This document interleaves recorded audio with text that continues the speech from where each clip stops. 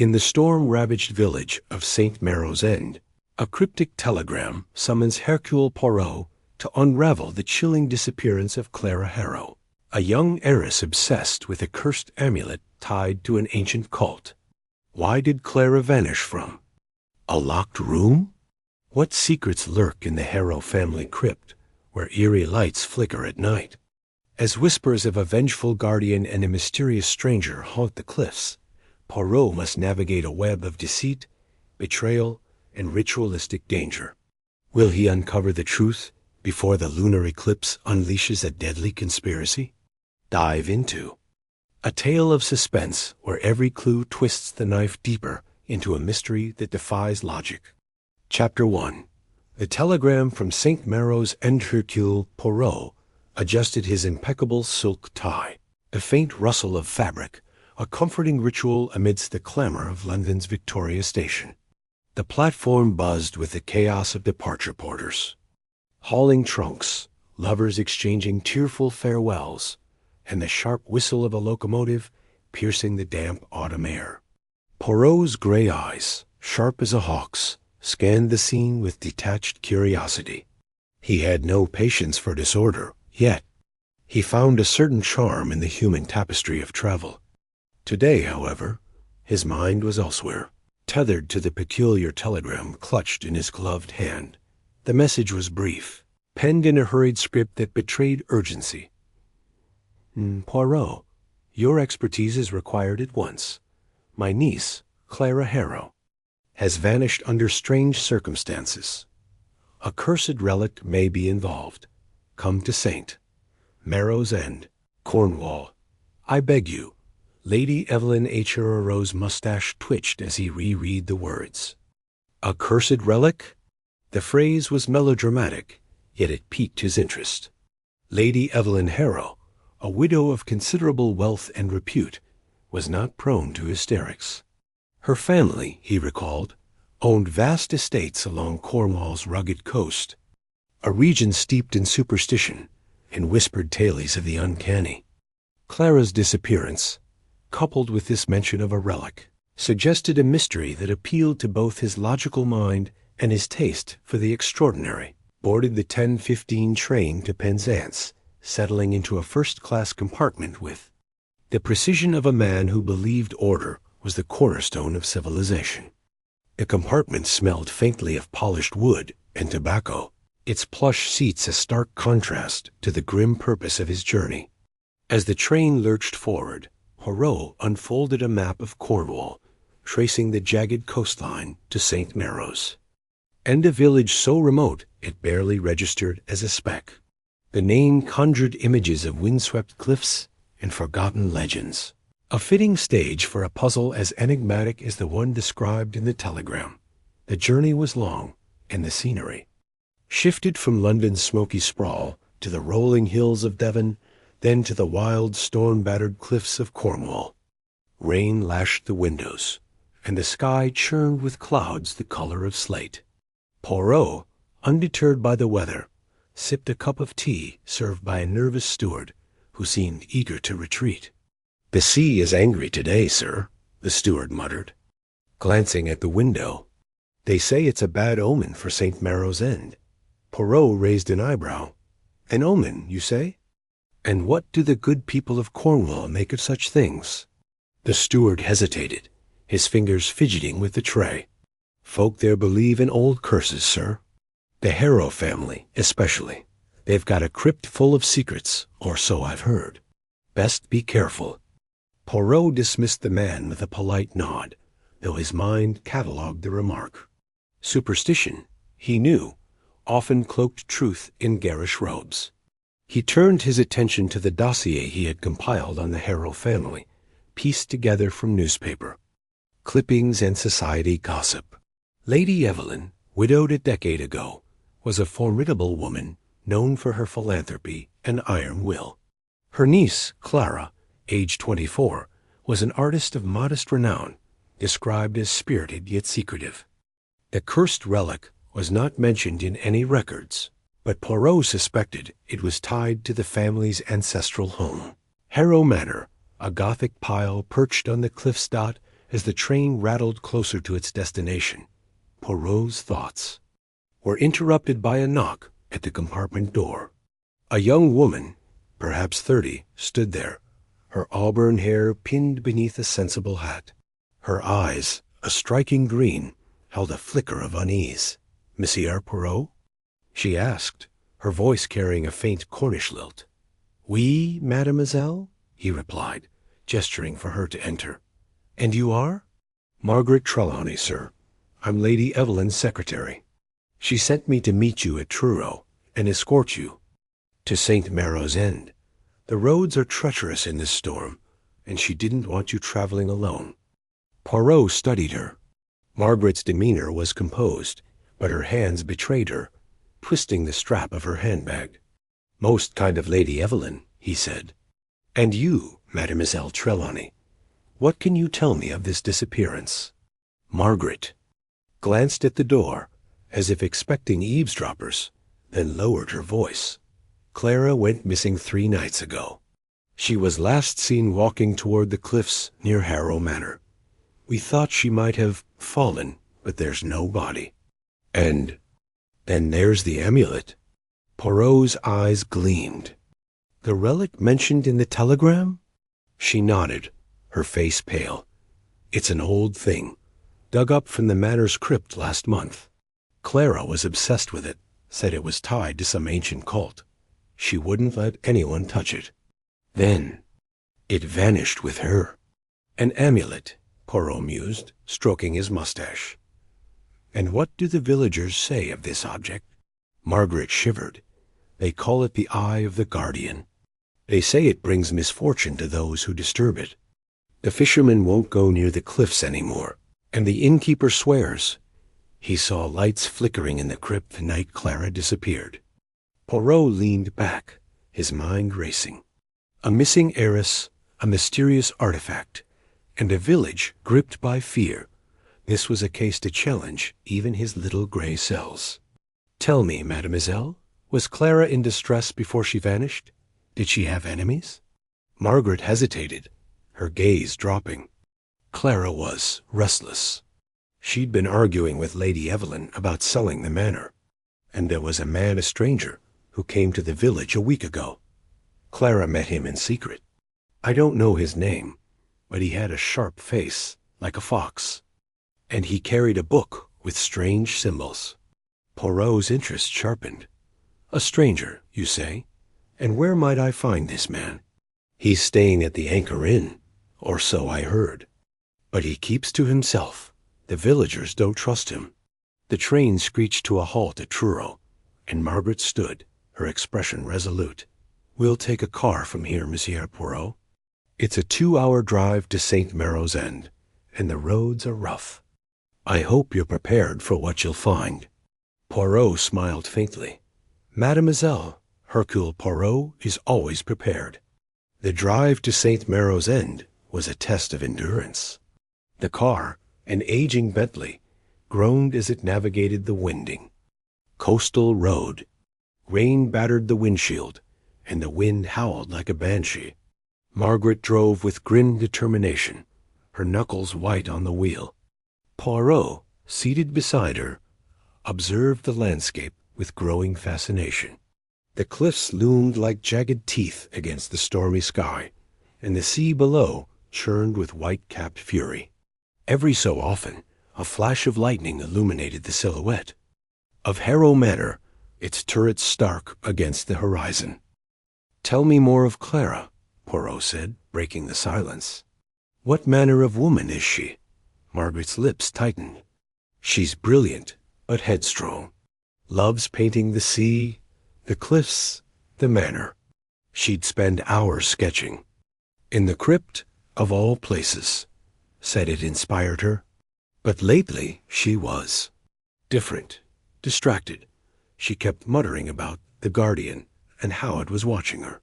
"And this amulet," Poirot pressed, "did you see it?" "Once," Margaret admitted. "It's bronze, about the size of a pocket watch, with a strange stone in the center green, like jade, but it seemed to glow. Clara said it was older than the manor itself. may be older than the village. Poirot nodded, filing away the details. The car swerved as a gust of wind rocked it, and Margaret cursed under her breath. "This storm's worse than usual," she said. "The villagers say it's the Guardian's wrath." "Superstition," Poirot said dismissively, though his tone held a trace of curiosity. "And yet, mademoiselle, you seem to give it credence." Margaret's eyes flicked to him, then back to the road. "I've lived in St. Marrow's End my whole life. You hear things, see things.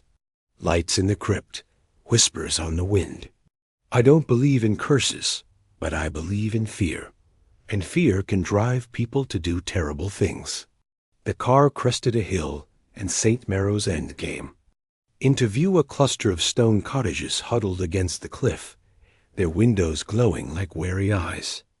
The Anchor Inn, a squat building with a weathered sign, stood at the village's edge. Margaret pulled up to its entrance, the car's tires crunching on wet gravel. "Here we are," she said, her voice tight. "The innkeeper, Mr. Penrose, will have a room for you. Lady Evelyn expects you at the manor tomorrow morning." Poirot stepped out, his polished shoes sinking slightly into the mud. The air smelled of salt and decay, and the wind carried the distant crash of waves. He turned to Margaret, who remained in the car. "One final question, mademoiselle. This stranger, did Clara trust him?" Margaret's face darkened. "I don't know. But she was afraid of something, or someone." With that, she drove off, leaving Poirot alone in the storm. He adjusted his hat and entered the Anchor Inn, where a fire crackled in the hearth, and the scent of ale mingled with damp wool. The innkeeper, a burly man with a face like weathered oak, looked up from the bar. "You must be the detective," Mr. Penrose said, his voice gruff. "Lady Evelyn sent word. Rooms upstairs, second door on the left. But I'll warn you, sir, strange things are afoot in St. Marrow's End. Folks say the crypt's awake, and the sea's restless. You'd do well to tread lightly." Poirot smiled unruffled. "Monsieur Penrose, Hercule Poirot treads as lightly as a cat. But he also sees what others do not." Penrose grunted, handing him a key. "Mind you don't see too much, then. Some secrets don't take kindly to being found." Poirot ascended the creaking stairs, the innkeeper's words echoing in his mind. In his room, he unpacked his suitcase with meticulous care, arranging his toiletries in a precise line. He sat at the small desk, lit by a flickering oil lamp, and reread the telegram. The storm raged outside, rattling the windows, and for a moment, Poirot imagined he heard a faint whisper beneath the wind a voice. Perhaps, or merely his imagination.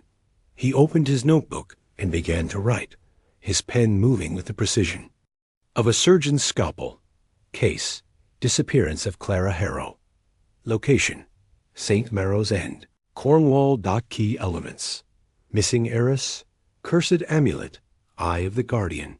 Cryptic stranger, fearful villagers. Harrow Manor crypt, suspicions, Clara's. Disappearance tied to amulet. Possible cult activity or family secrets. Stranger's role uncertain ally or foe. Next steps, interview Lady Evelyn, investigate crypt, locate stranger." Poirot closed the notebook and leaned back, his eyes narrowing. The mystery was like a tapestry, its threads tangled but not unbreakable. Tomorrow, he would begin to unravel them. For now, he extinguished the lamp and lay in the darkness, listening to the storm. Somewhere out there, Clara Harrow was either a victim or a player in a game, far stranger than he had anticipated. And Hercule Poirot intended to find out which dot as the wind howled and the sea roared. A distant scream cut through the night, sharp and fleeting. Poirot sat up, his heart steady but his mind alight. The game, it seemed, had already begun. Chapter 2. The shadow of the relic. The wind howled through the jagged cliffs of St. Marrow's End, carrying with it the briny tongue of the sea and a whisper of something older, something restless. Hercule Poirot stepped out of the inn's creaking door, his polished shoes sinking slightly into the damp cobblestones of the village square. The storm clouds that had chased his train from London now loomed overhead, their edges gilded by a sickly yellow light that seemed to pulse with unease. His gray eyes, sharp as a hawk's, scanned the crook rooftops and the narrow alleys that snaked toward the sea. This was no ordinary village, he thought, adjusting his hat against a sudden gust. The air here was thick with secrets, and the telegram from Lady Evelyn Harrow still burned in his mind. Clara is gone. The cursed relic is involved. Come at once. Poirot's mustache twitched as he considered the words. A cursed relic. How theatrical, yet how intriguing. He had seen many things in his career jealousy cloaked in smiles, greed masquerading as virtue, but a relic tied to a disappearance? That was a puzzle worthy of his little gray cells. He tightened his grip on his walking stick and set off. Toward Harrow Manor, the ancestral home of the Harrow family, perched like a brooding sentinel on the hill overlooking the village. The path wound upward through gnarled trees, their branches clawing at the sky as if trying to escape the villages. Oppressive atmosphere. Poirot's mind churned as he walked, piecing together the fragments of information from the telegram and the innkeeper's cryptic warning. Strange happenings, sir. Things that don't sit right in the dark. The man had refused to elaborate, his eyes darting to the windows as if expecting some spectre to peer back. Poirot did not believe in spectres, but he believed in fear, and fear, he knew, was often the shadow cast by truth. Harrow Manor came into view as he crested the hill, a sprawling edifice of gray stone that seemed to grow out of the cliff itself. Its towers were weathered, their gargoyles worn to grimaces by centuries of salt and wind. The windows glowed faintly, like the eyes of a beast roused from slumber. Poirot paused at the iron gates, noting the intricate crest etched into the metal, a raven clutching a rose, its thorns dripping with what might have been blood or rust. A fitting emblem, he mused, for a family steeped in mystery. The heavy oak. Door groaned as a butler, gaunt and pale as a wraith, ushered Poirot inside.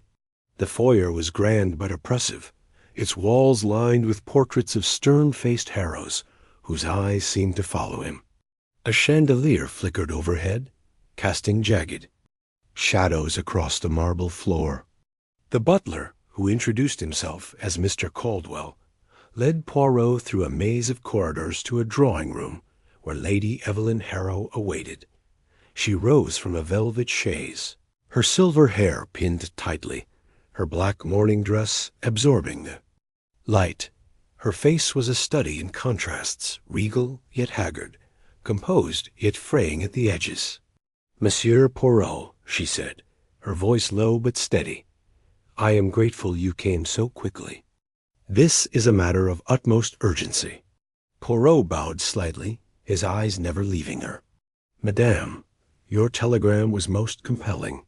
The disappearance of your niece, Mademoiselle Clara, and this talk of a cursed relic, it is not every day that such a mystery presents itself to Hercule Poirot." Lady Evelyn gestured to a chair, and Poirot sat, crossing his legs with precision. She remained standing, her hands clasped tightly as if to keep them from trembling. "Clara is my only living relative," she began, her gaze drifting to a portrait. Above the fireplace, a young woman with auburn hair and piercing green eyes, her expression both defiant and wistful. "She came to stay with me 3 months ago, after her parents' tragic accident. She was curious, always digging into the history of this house, this village.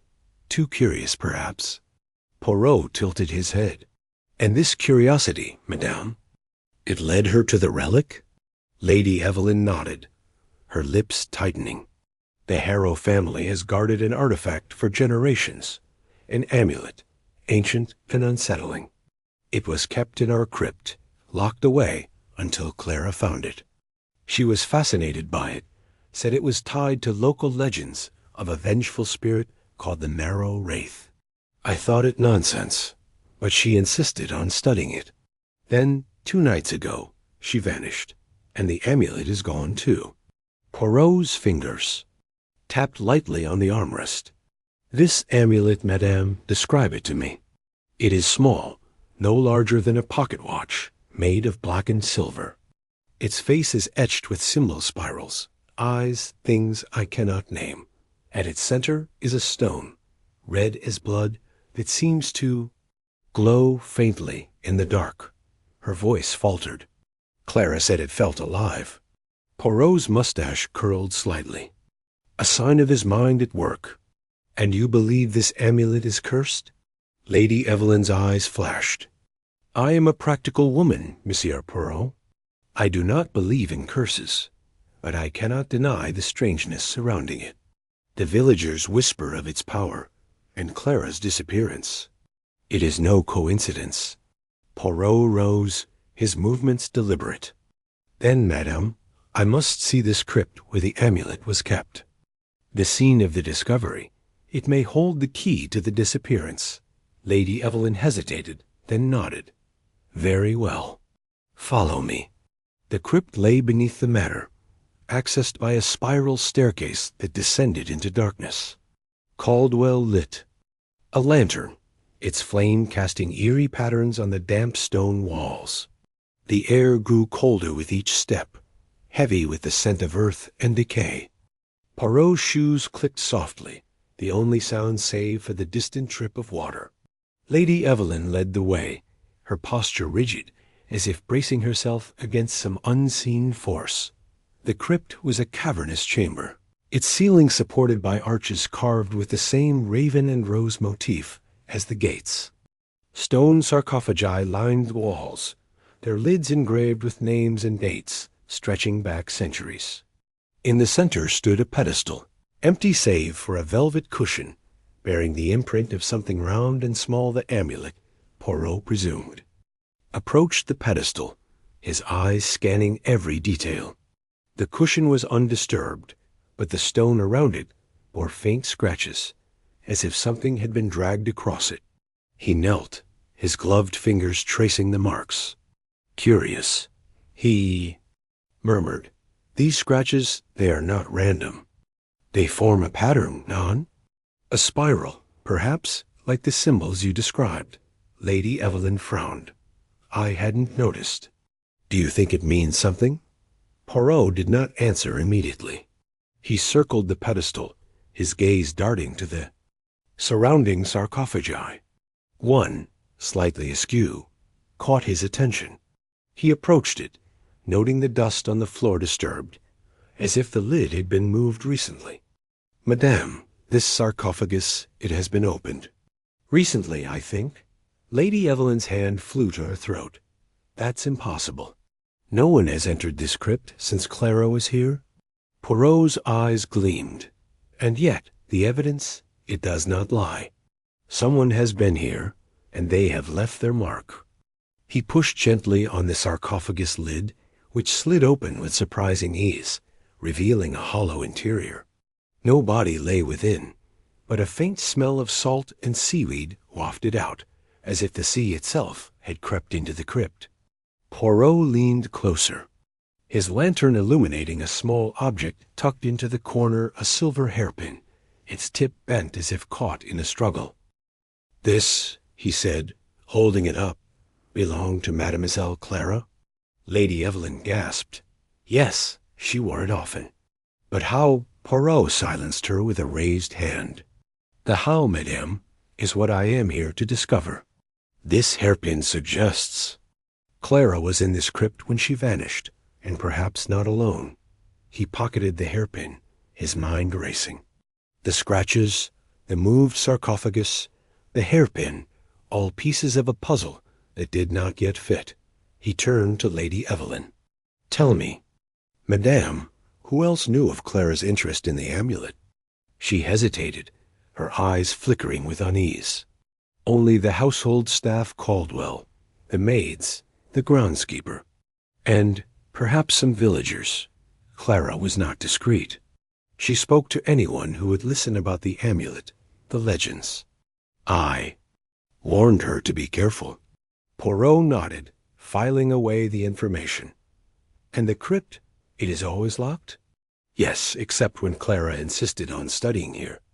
She had a key, which is now missing. A key, a relic, a disappearance. Poirot's mind spun, weaving connections. He was about to speak when a piercing scream shattered the silence, echoing through the crypt and up the spiral stairs. Lady Evelyn froze, her face pale as bone. Caldwell dropped the lantern, which flickered but did not go out. "Monsieur Poirot," Lady Evelyn whispered. "What was that?" Poirot's eyes narrowed, his voice calm but urgent. "That, madame, is a sound. That demands investigation. Stay here with Caldwell.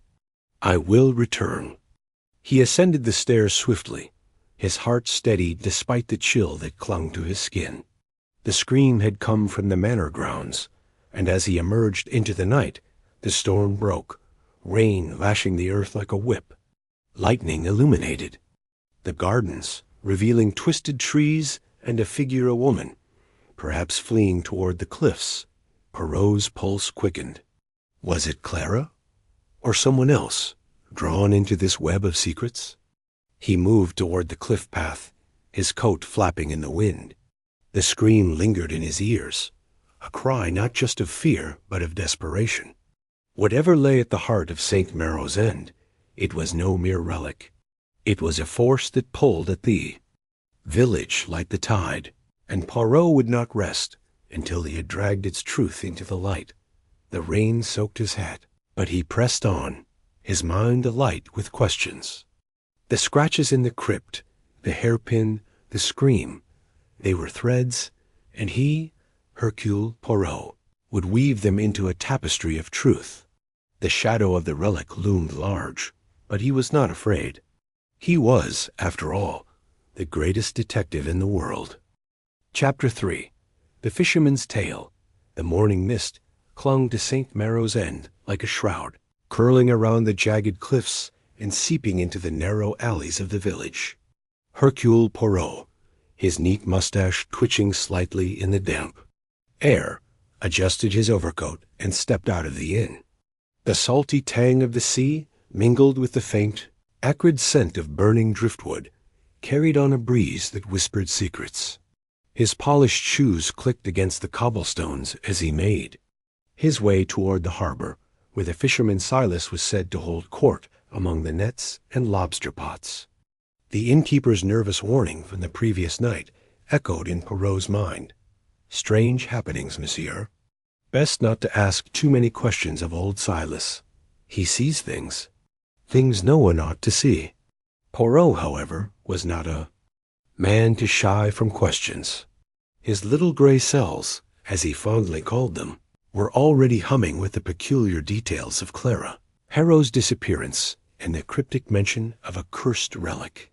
Lady Evelyn's account of the amulet, discovered in the family crypt, had piqued his curiosity, but it was the fisherman's tale hinted at by the innkeeper that promised to shed light on the shadows. Enveloping St. Maro's End, the harbor, was a chaotic symphony of creaking boats, slapping waves, and the hoarse cries of gulls. Fishermen, their faces weathered like the cliffs themselves, hauled nets and mended ropes, their movements deliberate, but their eyes darting toward Poirot with suspicion. He stood out starkly in his tailored suit, a figure of urban refinement, against the rugged backdrop of the sea. Undeterred, he scanned the docks until he spotted a solitary figure at the far end, perched on a weathered crate, mending a net with hands gnarled by years of labor. This, Poirot deduced, must be Silas.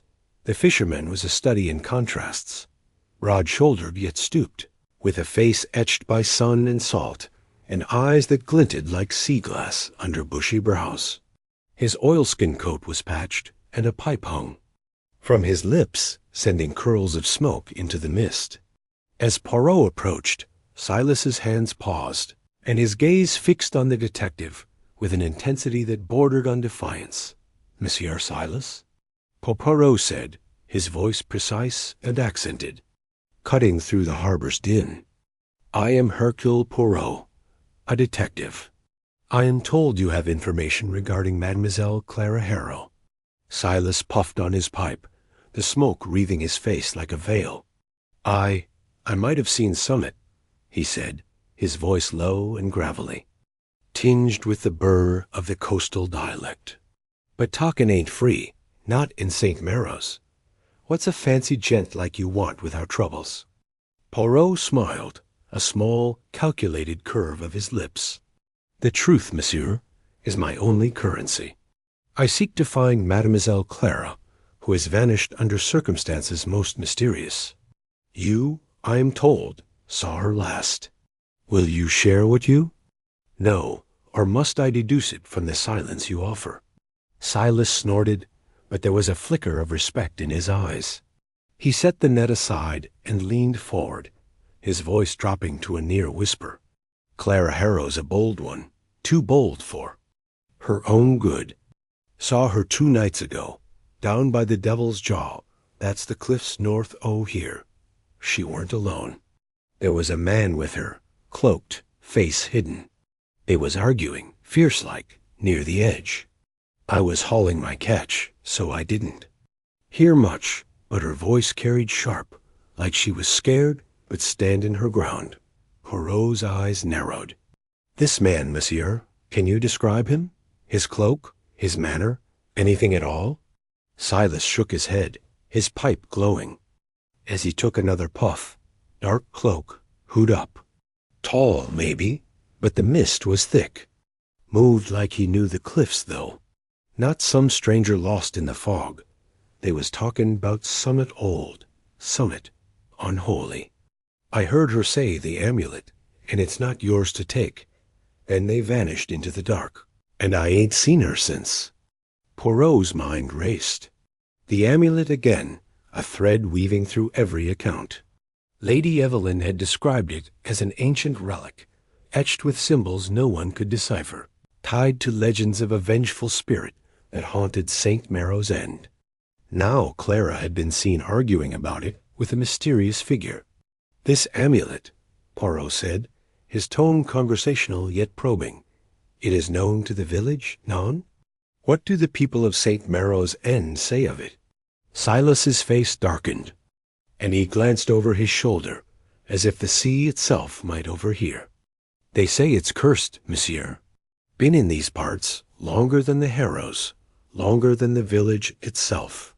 Old tailies talk of occult folks who worshipped the thing, believing it held power over life and death. They'd gather at the cliffs, chanting to the sea, offering sacrifices." His voice faltered, and he spat into the dirt. "Foolishness, most say, but the old ones, like me, we know better. Things happen here lights on the cliffs, voices in the wind. Clara was poking into things best left buried." Poirot leaned forward, his gloved hands resting on his cane. "Occult, you say? And these tailies, they persist.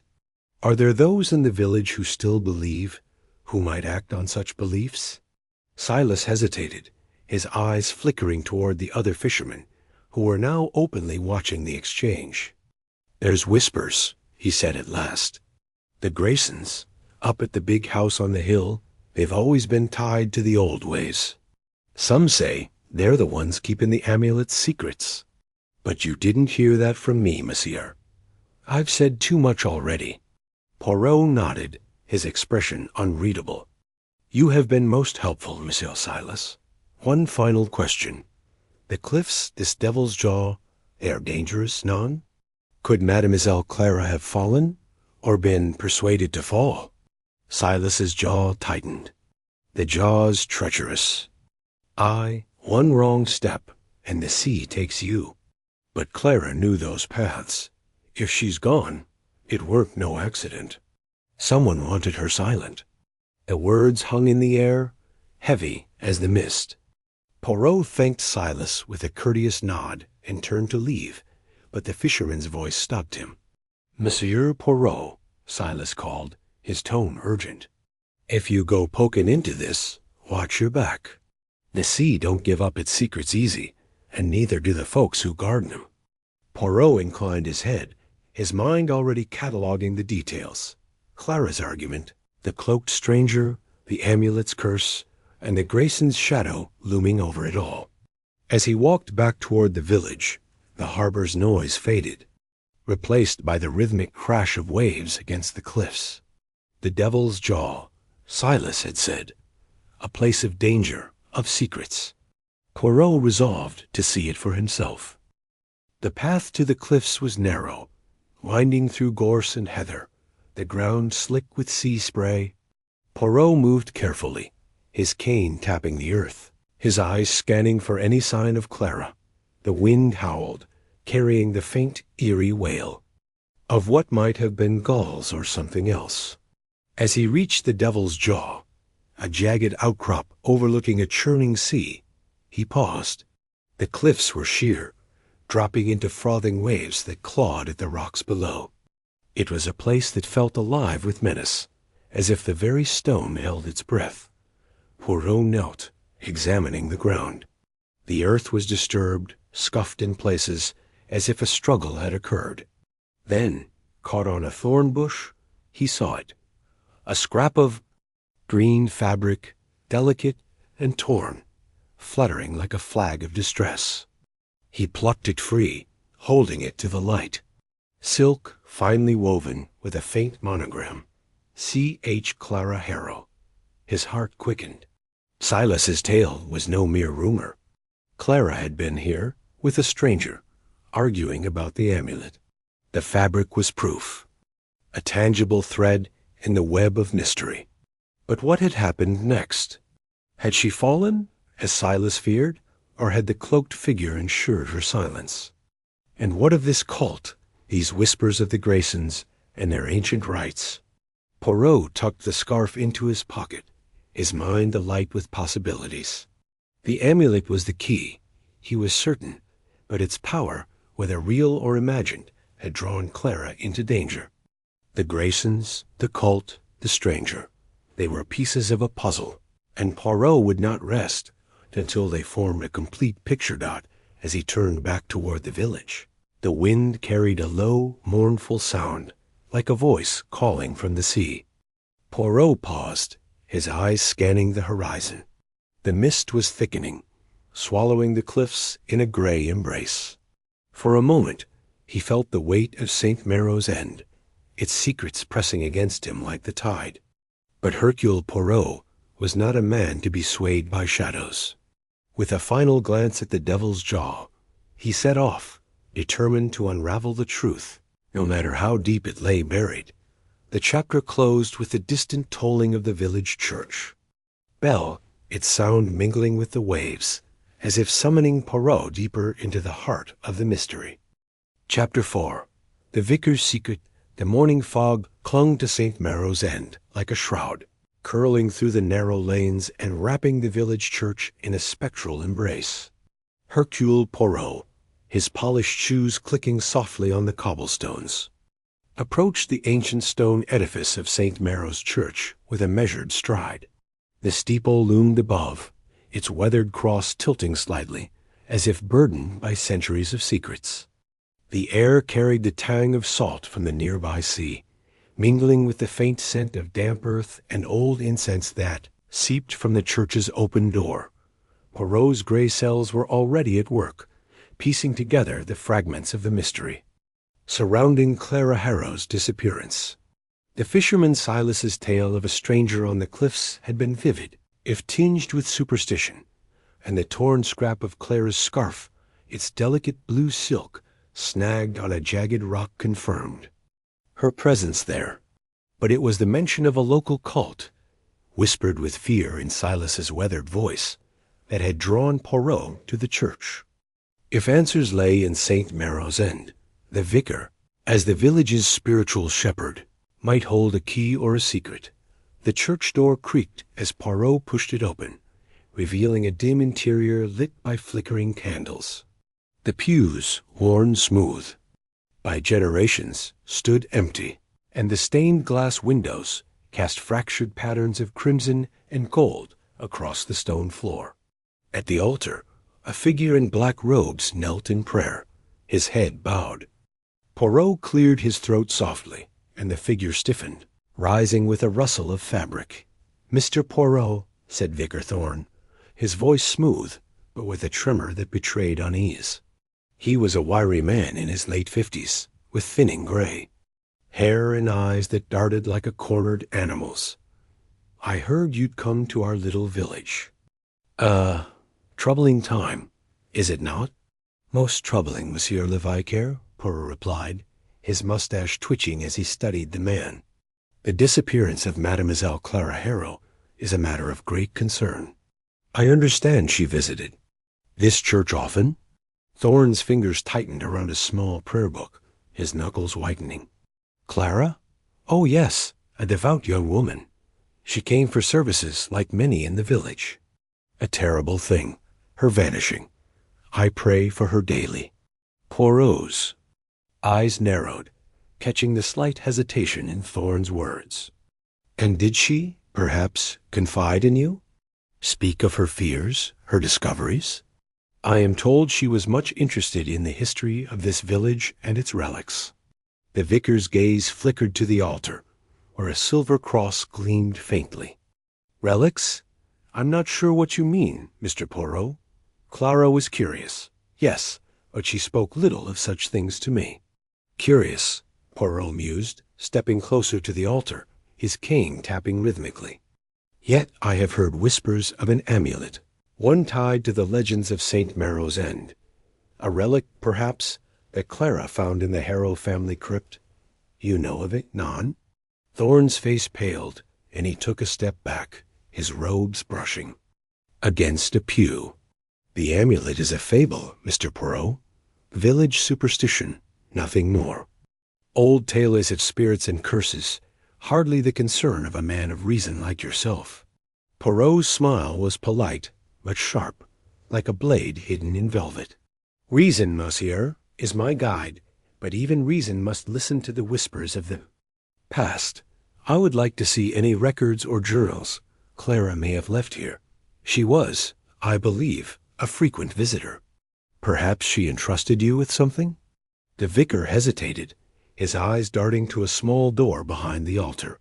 "Journals? I don't recall anything specific.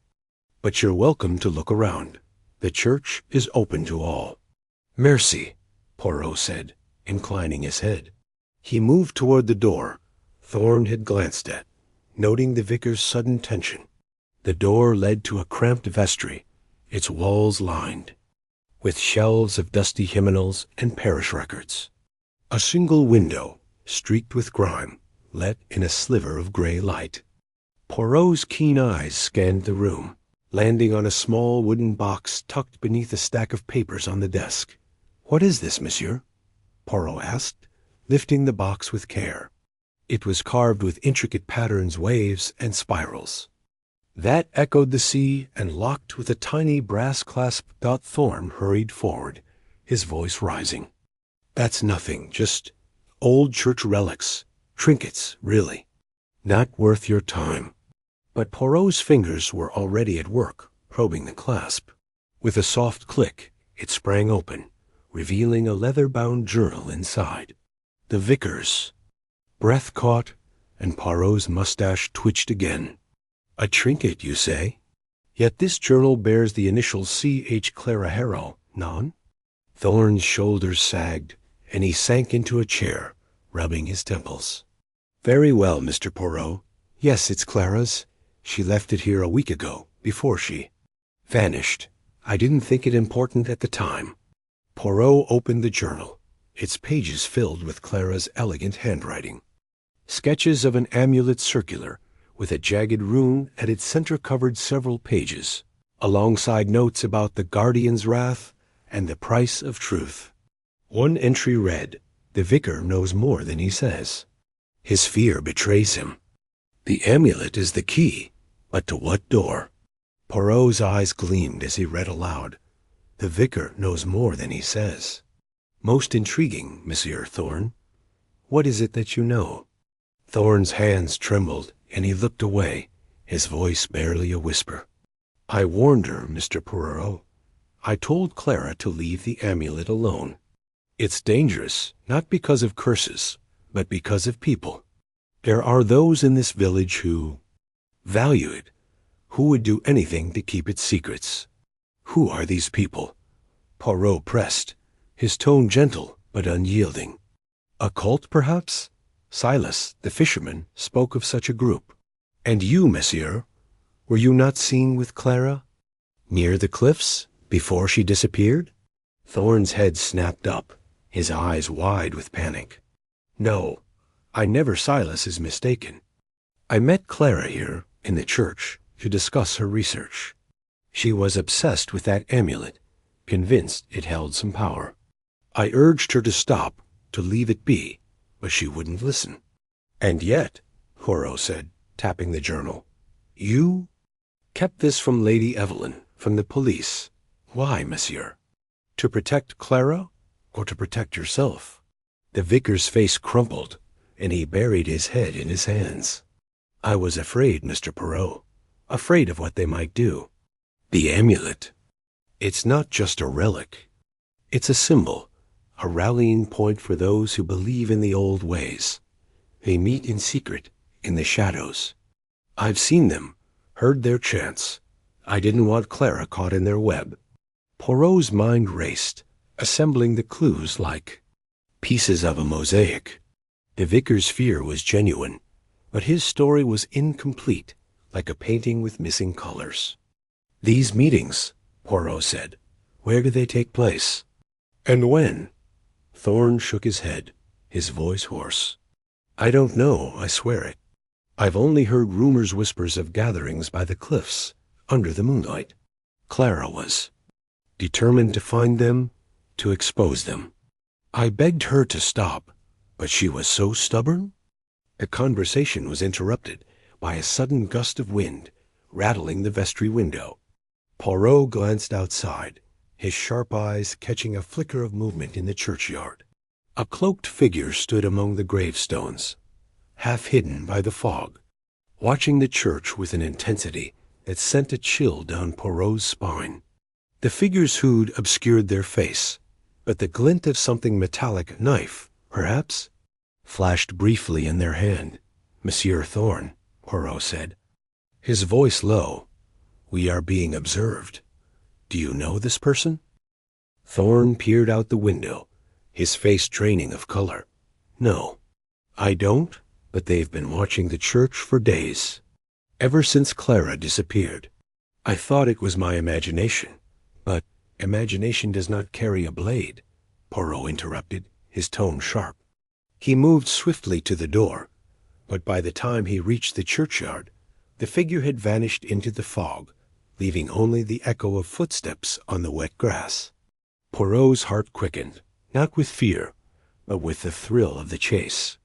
The mystery was deepening, and the cloaked figure was a new thread to unravel. Returning to the vestry, Poirot found Thorne trembling, clutching the prayer book as if it were a lifeline. Monsieur, Poirot said, his voice calm but firm, you must tell me everything.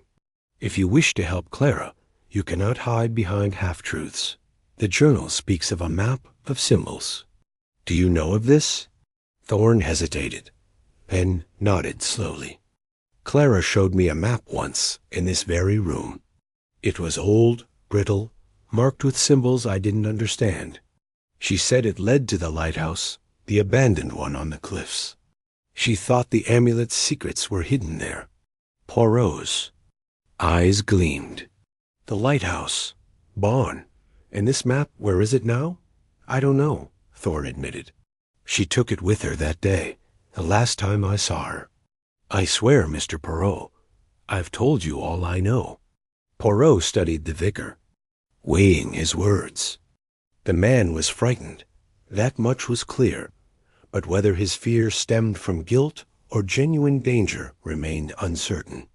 Very well, Poirot said, closing the journal and tucking it into his coat.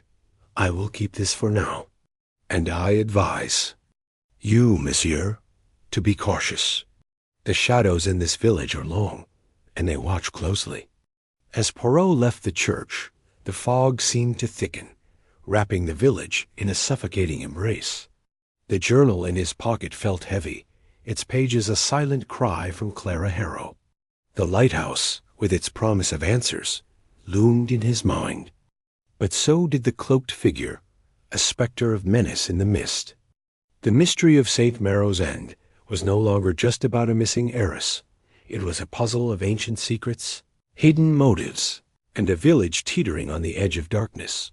Poirot's steps quickened as he headed toward Harrow Manor, the journal's cryptic phrases echoing in his mind. The guardian's wrath, the price of truth. Whatever Clara had uncovered, it was dangerous enough to make her vanish and to make others desperate to keep it buried. Chapter 5. The locked room. The rain had begun to fall in earnest as Hercule Poirot made his way through the winding corridors of Harrow Manor, his polished shoes tapping a deliberate rhythm on the ancient oak floorboards. The air was heavy with the scent of damp stone and old roses, a curious blend that clung to the manor's walls like a memory refusing to fade. Lady Evelyn Harrow, her face pale as the cliffs beyond the manor, had led him to Clara's room with a trembling hand, her voice barely above a whisper, as she recounted the night her niece vanished. Locked from the inside, she had said, her eyes darting to the shadows as if expecting Clara to materialize from them. No one could have entered or left. It's impossible, Monsieur Poirot. Poirot's mustache twitched as he absorbed her words, his mind already turning over the puzzle. Impossible? Non, non. There is no such thing as impossible where the human heart is concerned. He paused at the door to Clara's room, its dark wood carved with intricate vines that seemed to writhe in the flickering light of the oil lamp Lady Evelyn held. The key, cold and heavy in his hand, turned smoothly in the lock, and the door creaked open, revealing a chamber frozen in time. The room was a study in contrasts. Delicate lace curtains hung limply at the tall windows, their edges frayed by the salty sea air, while a sturdy mahogany desk dominated one corner, its surface cluttered with papers, books, and a single silver inkwell shaped like a seashell. A four-poster bed, its emerald canopy sagging slightly, stood against the far wall, the covers undisturbed, as if Clara had never slept there. A faint perfume lingered jasmine, Poirot noted, with a trace of something sharper, perhaps cloves. He stepped inside, his eyes scanning every detail, his mind a kaleidoscope of observation and deduction. "Madame," he said, turning to Lady Evelyn, who hovered at the threshold, her hands twisting the hem of her shawl. "You are certain the door was locked when Clara was discovered missing?" "Quite certain," she replied, her voice tight. "The servants tried the handle at dawn, after Clara missed breakfast. It was bolted from within, and we had to break the lock to enter. The window was latched too, and the chimney, well, it's far too narrow for anyone to climb through." Poirot nodded, his gaze drifting to the window. Beyond the glass, the storm churned the sea into a froth of white and gray, the cliffs of St. Marrow's End looming like sentinels in the distance. He crossed to the window, testing the latch.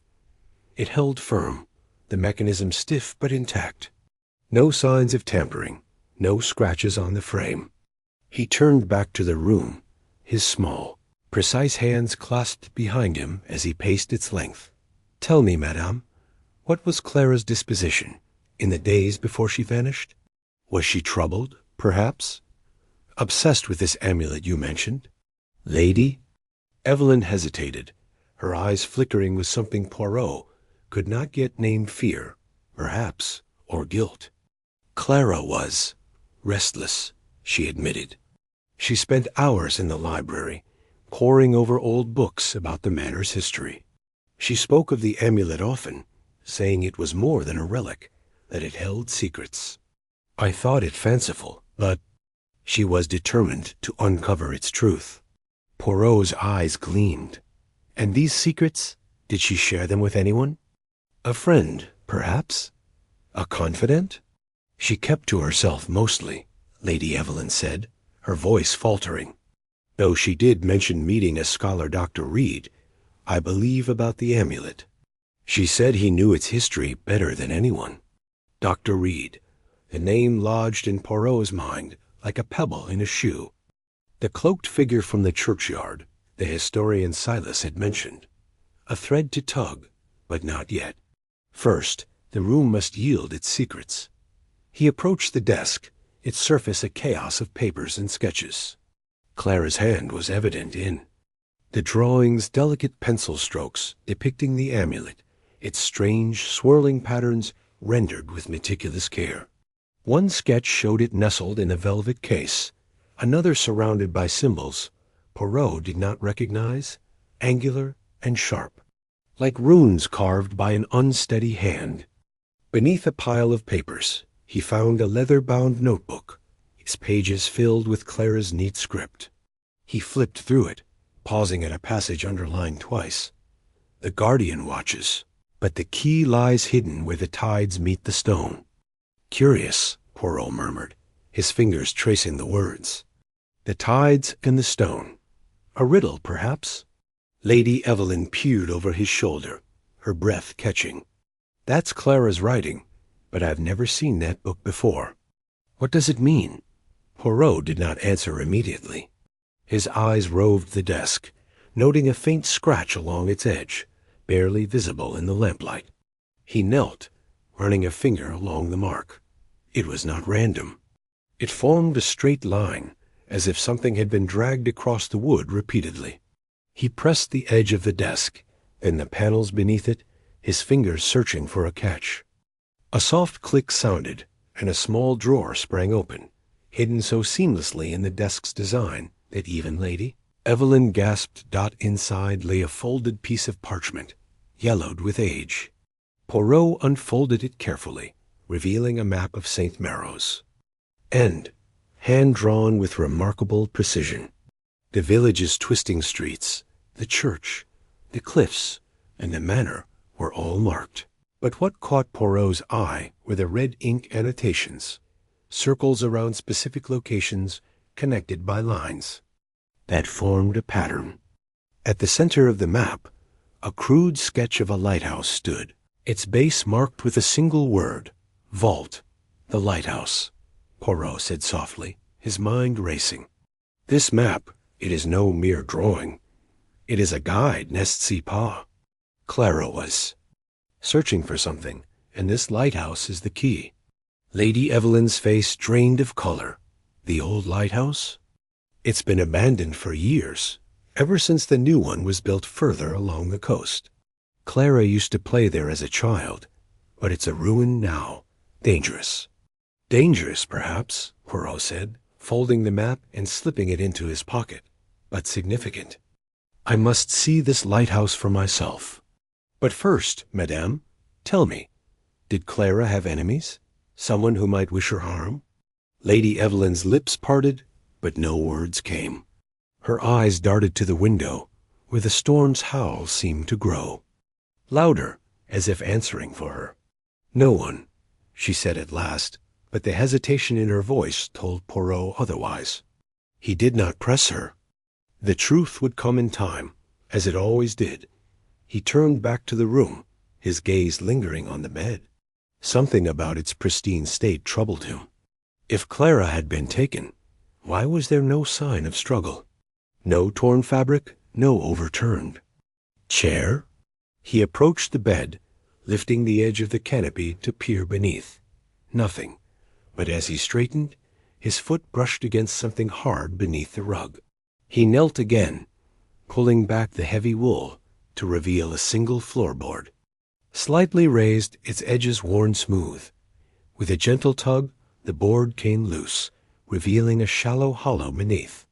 Inside was a small brass key, its head engraved with the same swirling pattern as the amulet. Poirot held it to the light, turning it slowly. A key, he said, almost to himself. But to what lock? Lady Evelyn's eyes widened. I've never seen that before, Clara must have hidden it there. But why? Why, indeed, Poirot said, slipping the key into his waistcoat pocket. This room, madame, is a puzzle within a puzzle. Locked from within, yet Clara is gone. A map, a key, a riddle, all pieces of a game she was playing. And I, Hercule Poirot, shall uncover its rules. The storm outside roared, a gust rattling the window panes as if in defiance. Poirot's mind, however, was calm, each observation slotting into place like the gears of a finely tuned watch. He moved to the fireplace, its hearth cold and unused. The chimney, as Lady Evelyn had said, was narrow, but Poirot's eyes caught a faint smudge of soot on the hearthstone, out of place in the otherwise spotless room. He crouched, examining the mark. It was not random. It formed a partial footprint, too small to belong to a man. Interesting, he murmured, his fingers brushing the stone. Someone stood here, perhaps watching, listening. But who? He straightened, turning to Lady Evelyn. Madame, I must ask you to leave me alone in this room for a time. There are subtleties I must consider. She nodded, though her reluctance was clear. Be careful, Monsieur Poirot. This house, it holds secrets older than you or I. As the door closed behind her, Poirot stood in the center of the room, his eyes half closed, his mind a whirl of possibilities. The locked room was no mere trick. It was a statement, a challenge. Clara had not simply vanished. She had been taken, or she had left willingly, leaving clues for someone to follow. The map, the key, the footprint all pointed to a purpose, a plan. And the lighthouse, that crumbling sentinel on the cliff, held the next piece of the puzzle. He moved to the desk again, picking up Clara's notebook. The underlined passage nagged at him. The guardian watches, but the key lies hidden where the tides meet the stone. The tides. The stone. The lighthouse stood where the sea battered. The cliffs, where waves met unyielding rock. Was that the meaning? Or was there another stone, another tide? A faint creak interrupted his thoughts, not from the storm, but from within the manor. He froze, listening. The sound came again, a soft shuffle, as if someone moved stealthily in the corridor beyond. Poirot's hand tightened around the brass key in his pocket. He crossed to the door, opening it silently, but the corridor was empty, its shadows swaying. In the lamplight, curious, he said aloud, his voice steady despite the prickle of unease at the back of his neck. Someone was watching, perhaps the same cloaked figure from the churchyard, or perhaps someone closer, within the manor itself. He returned to the room, locking the door behind him. The storm's fury seemed to grow, the wind howling like a living thing. Poirot sat at Clara's desk, spreading the map before him. The lighthouse loomed large in his mind, its significance undeniable. Whatever Clara had uncovered, whatever secrets the amulet held, the answers lay there, in that abandoned tower by the sea dot. As he traced the map's lines with a finger, a new thought struck him. The symbols Clara had drawn, those angular, rune-like marks, were not random. They matched the scratches he had seen in the crypt, the ones Lady Evelyn had dismissed as wear. Were they a code? A warning? Or a map within a map? Poirot leaned back, his eyes gleaming with the thrill of the chase. Clara, ma chère, you have left me a trail of breadcrumbs, he said softly. And I, Hercule Poirot, shall follow it to its end. The chapter closed with Poirot folding the map, his resolve hardened. The lighthouse beckoned, its secrets waiting to be uncovered. But as he rose to leave, a faint tapping came from the window, not the rain, but something deliberate, rhythmic. He crossed to the glass, peering into the storm, but saw only darkness. Yet the tapping continued, a message in the night, urging him toward the next step in this strangest of mysteries. Chapter 6. The lighthouse riddle. The wind howled like a chorus of restless spirits as Hercule Poirot trudged along the jagged cliff path toward the abandoned lighthouse of St. Maro's End. The sky, bruised with heavy clouds, cast a pall over the coastal village, and the sea below churned with a fury that seemed to echo the mystery at hand. Poirot's polished shoes, ill-suited for the muddy terrain, squelched with each step, but his mind was sharp, his gray cells alight with the puzzle of Clara Harrow's disappearance. The map he had found in her hidden desk compartment, marked, with cryptic symbols, pointed to this desolate tower. It was here, he sensed, that the threads of the enigma would begin to unravel or tighten into a noose. The lighthouse loomed ahead, its silhouette stark against the roiling sky. Once a beacon for sailors, it now stood derelict, its lantern long extinguished, its stones weathered by salt and time. The air grew colder as Poirot approached, the scent of seaweed and damp rock mingling with something sharper perhaps, the tang of fear. He adjusted his overcoat, his mustache twitching as he surveyed the scene. The door, a slab of warped wood, hung ajar, creaking on rusted hinges. Beyond it, darkness beckoned. "Mon Dieu," Poirot muttered, stepping inside. "This place, it is not welcoming, but it holds secrets, n'est-ce pas?" The interior was a cavern of shadows, the air thick with dust and the faint echo of dripping water.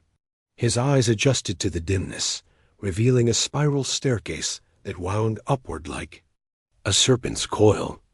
The floor was littered with debris-shattered glass, scraps of rope, and something that glinted faintly in the sliver of light from the doorway. Poirot knelt, his gloved fingers brushing aside a layer of grime to reveal a shard of broken mirror. He turned it over, noting its jagged edge. A mirror in a lighthouse? Curious, indeed. As he rose, his gaze fell on a blood-stained cloth wedged beneath a splintered crate. His pulse quickened, though his expression remained impassive. He extracted the cloth, its crimson stain stark against the faded linen. "This is recent," he murmured, his mind racing. "A struggle, perhaps? Or a warning?" He tucked the cloth into his pocket, determined to analyze it later. The lighthouse, it seemed, was not merely abandoned. It was a stage for something sinister. He ascended the staircase, each step groaning under his weight. The walls were damp, streaked with moss, and etched with faint scratches that seemed almost deliberate. At the landing, he paused, his eyes drawn to a carving in the stone, a series of symbols that matched those on Clara's map.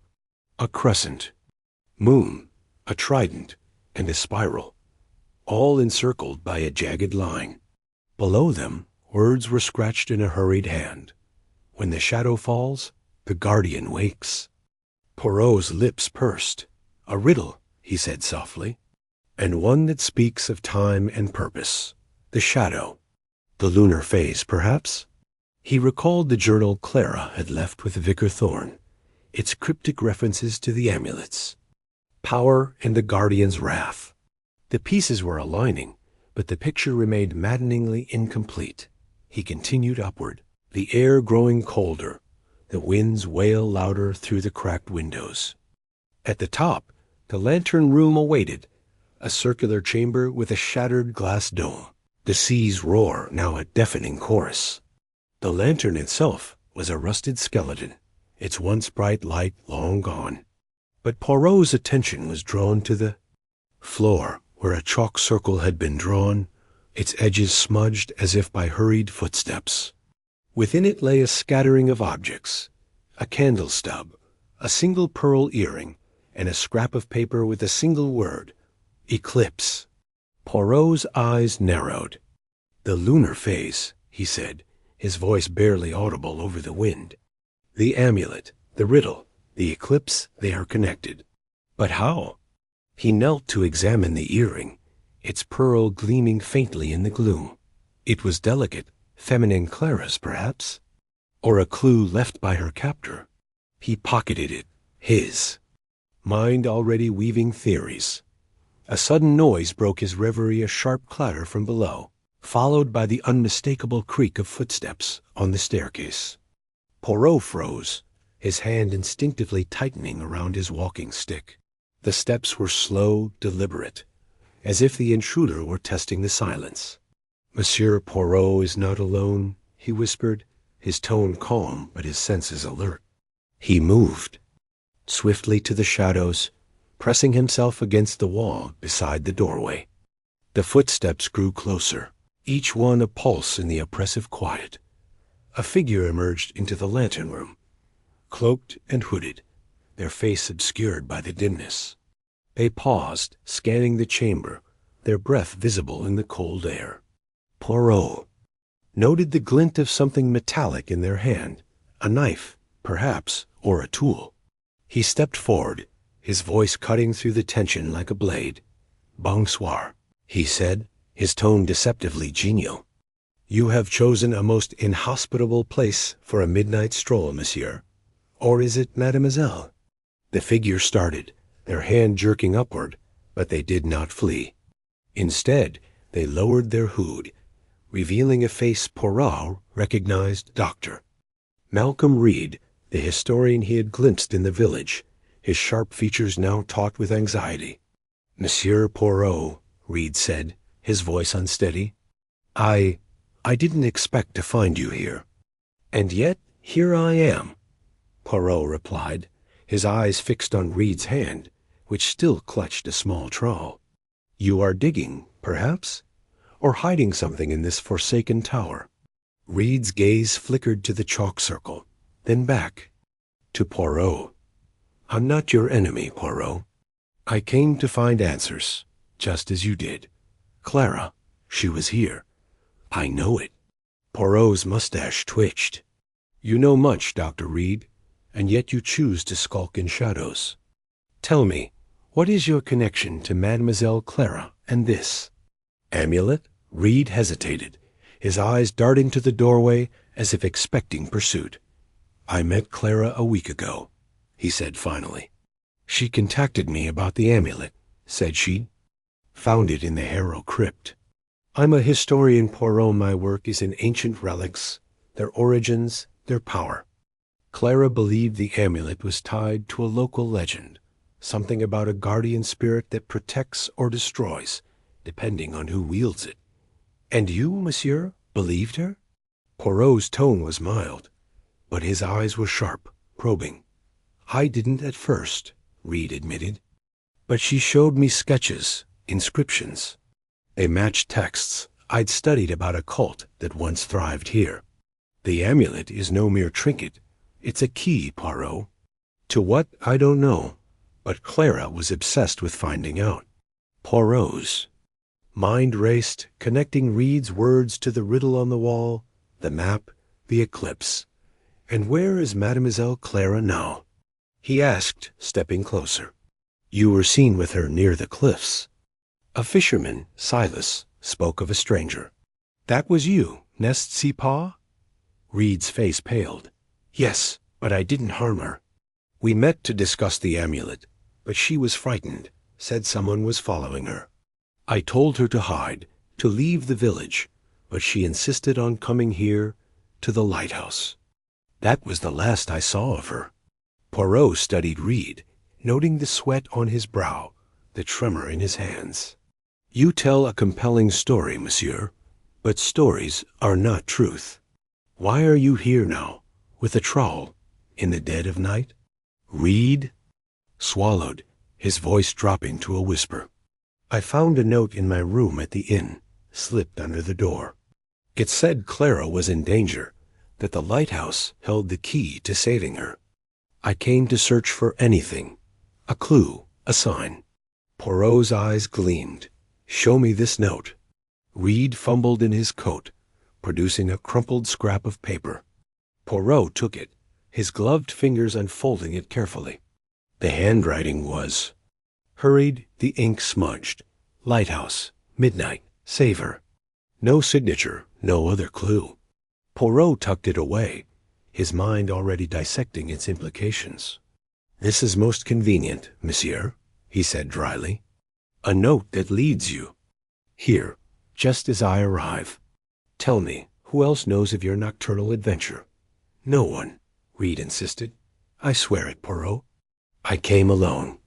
Then we are both fortunate, Poirot said, his tone laced with irony, for it seems we have company. A faint sound echoed from below, a shuffle, a scrape, as if someone else were moving in the lighthouse's depths. Reed's eyes widened, and Poirot raised a hand for silence. He gestured toward the staircase, his movements precise, controlled. "Stay behind me, monsieur," he whispered, "and do not make a sound." They descended cautiously, the darkness swallowing them as the wind's howl masked their steps. At the base of the stairs, Poirot paused, his eyes scanning the shadows. A flicker of movement caught his attention, a figure slipping through the doorway into the night. He gave chase, Reed at his heels, the cold air biting as they emerged onto the cliff path. The figure was swift, a shadow against the storm-lit sky, but Poirot's determination was unyielding. He followed the path's curve, his stick tapping the ground, until the figure vanished into a copse of twisted trees. Poirot stopped, his breath steady despite the exertion. "They are gone," he said, his voice calm but edged with frustration. "But they have left their mark." He pointed to the ground, where a fresh footprint marred the mud a boot, too large for Clara, too deliberate for a casual wanderer. Beside it lay a single object, a tiny silver charm shaped like a crescent moon, identical to the symbol in the lighthouse. Poirot picked it up, turning it over in his gloved hand. "The guardian," he murmured. "It watches and it waits." Reed, panting beside him, stared at the charm. "What does it mean, Poirot?" "It means, monsieur, that the riddle is not yet solved," Poirot replied, his eyes gleaming with resolve. "But the lighthouse has spoken, and Hercule Poirot listens. Come, we return to the village. There is much to consider, and little time before the eclipse." As they retraced their steps, the wind carried a distant cry, faint, almost lost in the storm's roar. Poirot's head tilted, his senses attuned to the sound. It was not the sea nor the wind, but something human, desperate. "Clara," he whispered, his voice a vow. "She lives, and I will find her." The chapter closed with the lighthouse standing silent behind them, its secrets only partially unveiled, as Poirot's mind churned with the clues: the blood-stained cloth, the pearl earring, the cryptic note, and the crescent charm. The eclipse loomed, and with it, the promise of answers or peril. Chapter 7. The Stranger's Confession. The wind howled across the jagged cliffs of St. Maro's End, carrying with it the briny tongue of the sea and a chill that seemed to seep into the very marrow of the bones. Hercule Poirot stood at the base of the abandoned lighthouse, its weathered stones looming like a sentinel against the bruised sky. The air was thick with the promise of rain, and the distant rumble of thunder underscored the urgency of his investigation. The blood-stained cloth and broken glass he had discovered inside the lighthouse only moments ago lay heavy on his mind, each fragment a puzzle piece in the enigma of Clara Harrow's disappearance. The riddle carved into the wall, when the moon wanes, the guardian wakes, had ignited his curiosity, its cryptic words suggesting a ritual tied to the lunar cycle. But now, as the creak of footsteps echoed down the spiral staircase, Poirot's instincts sharpened. Someone was coming. He pressed himself into the shadows of the lighthouse's damp interior, his small, meticulous frame tucked behind a rusted iron beam. The footsteps grew louder, deliberate, each step a cautious probe into the silence. Poirot's gray eyes gleamed with focus, his mind racing through possibilities. Was this the cloaked figure he had glimpsed in the churchyard, the cultist Silas had whispered of? Or perhaps Clara herself, alive and hiding? His hand rested lightly on the silver-tipped walking stick at his side, not a weapon, but a gentleman's tool, capable of delivering a sharp rebuke if needed. The figure reached the base of the stairs, pausing in the faint light filtering through the cracked windows. A long coat, dark and heavy, shrouded their form, the hood obscuring their face. Poirot's heart quickened, but his expression remained impassive, his mustache perfectly still. He stepped forward, his voice cutting through the tension like a polished blade. "Monsieur," he said, his tone calm yet commanding. "It is not polite to skulk in shadows when one has been observed. Hercule Poirot requests the pleasure of your identity." The figure froze, their breath catching audibly. For a moment, the only sound was the distant crash of waves against the rocks below. Then, with a slow, deliberate motion, the hood was pushed back, revealing a man's face angular, with sharp cheekbones and eyes that flickered with a mix of fear and defiance. His dark hair was streaked with gray, and a thin scar traced the edge of his jaw, giving him the look of a scholar who had seen more than dusty tomes. "Dr. Malcolm Reed," the man said, his voice low but steady. "And you, I presume, are the famous detective from London." Poirot inclined his head, his eyes never leaving Reed's. "The reputation precedes me, as it often does. But it is you, Dr. Reed, who interests me now. Why does a man of learning creep about a derelict lighthouse? In a storm? And what connection have you to Mademoiselle Clara Harrow?" Reed's jaw tightened, and he glanced toward the door, as if weighing the merits of flight. Poirot tapped his walking stick lightly against the stone floor, a subtle reminder of his presence. "Non, non, monsieur. To run is to confess guilt. Speak, and let us unravel this tangle together." Reed exhaled, his shoulders slumping slightly. "I'm not your enemy, Poirot. I knew Clara. We met to discuss an artifact. The amulet she found in the crypt. I'm a historian, specializing in ancient relics. She came to me for answers."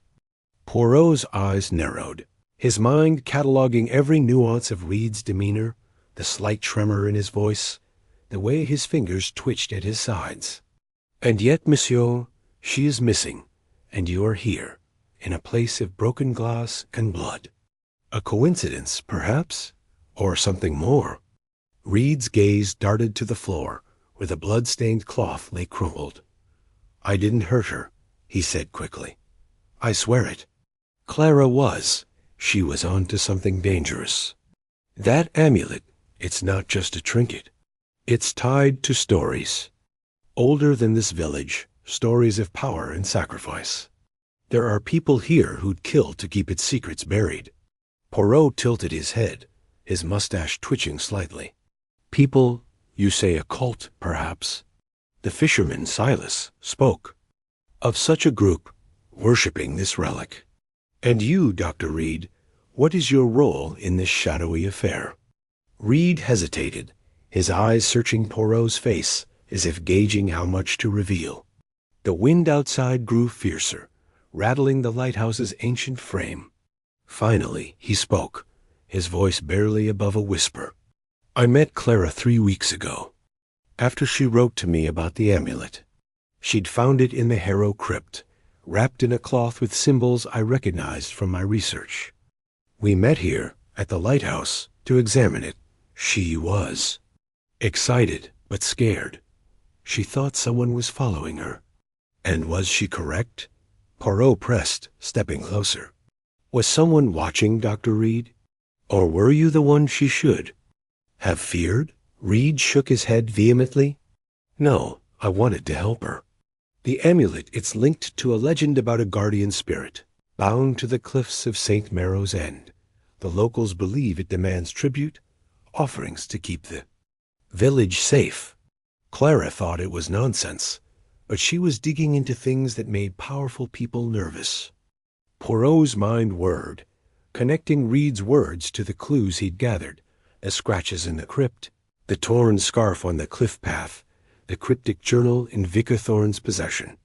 "And these powerful people," he said, "they would be the Graysons, n'est-ce pas? The family with a crest I found etched on the amulet's case.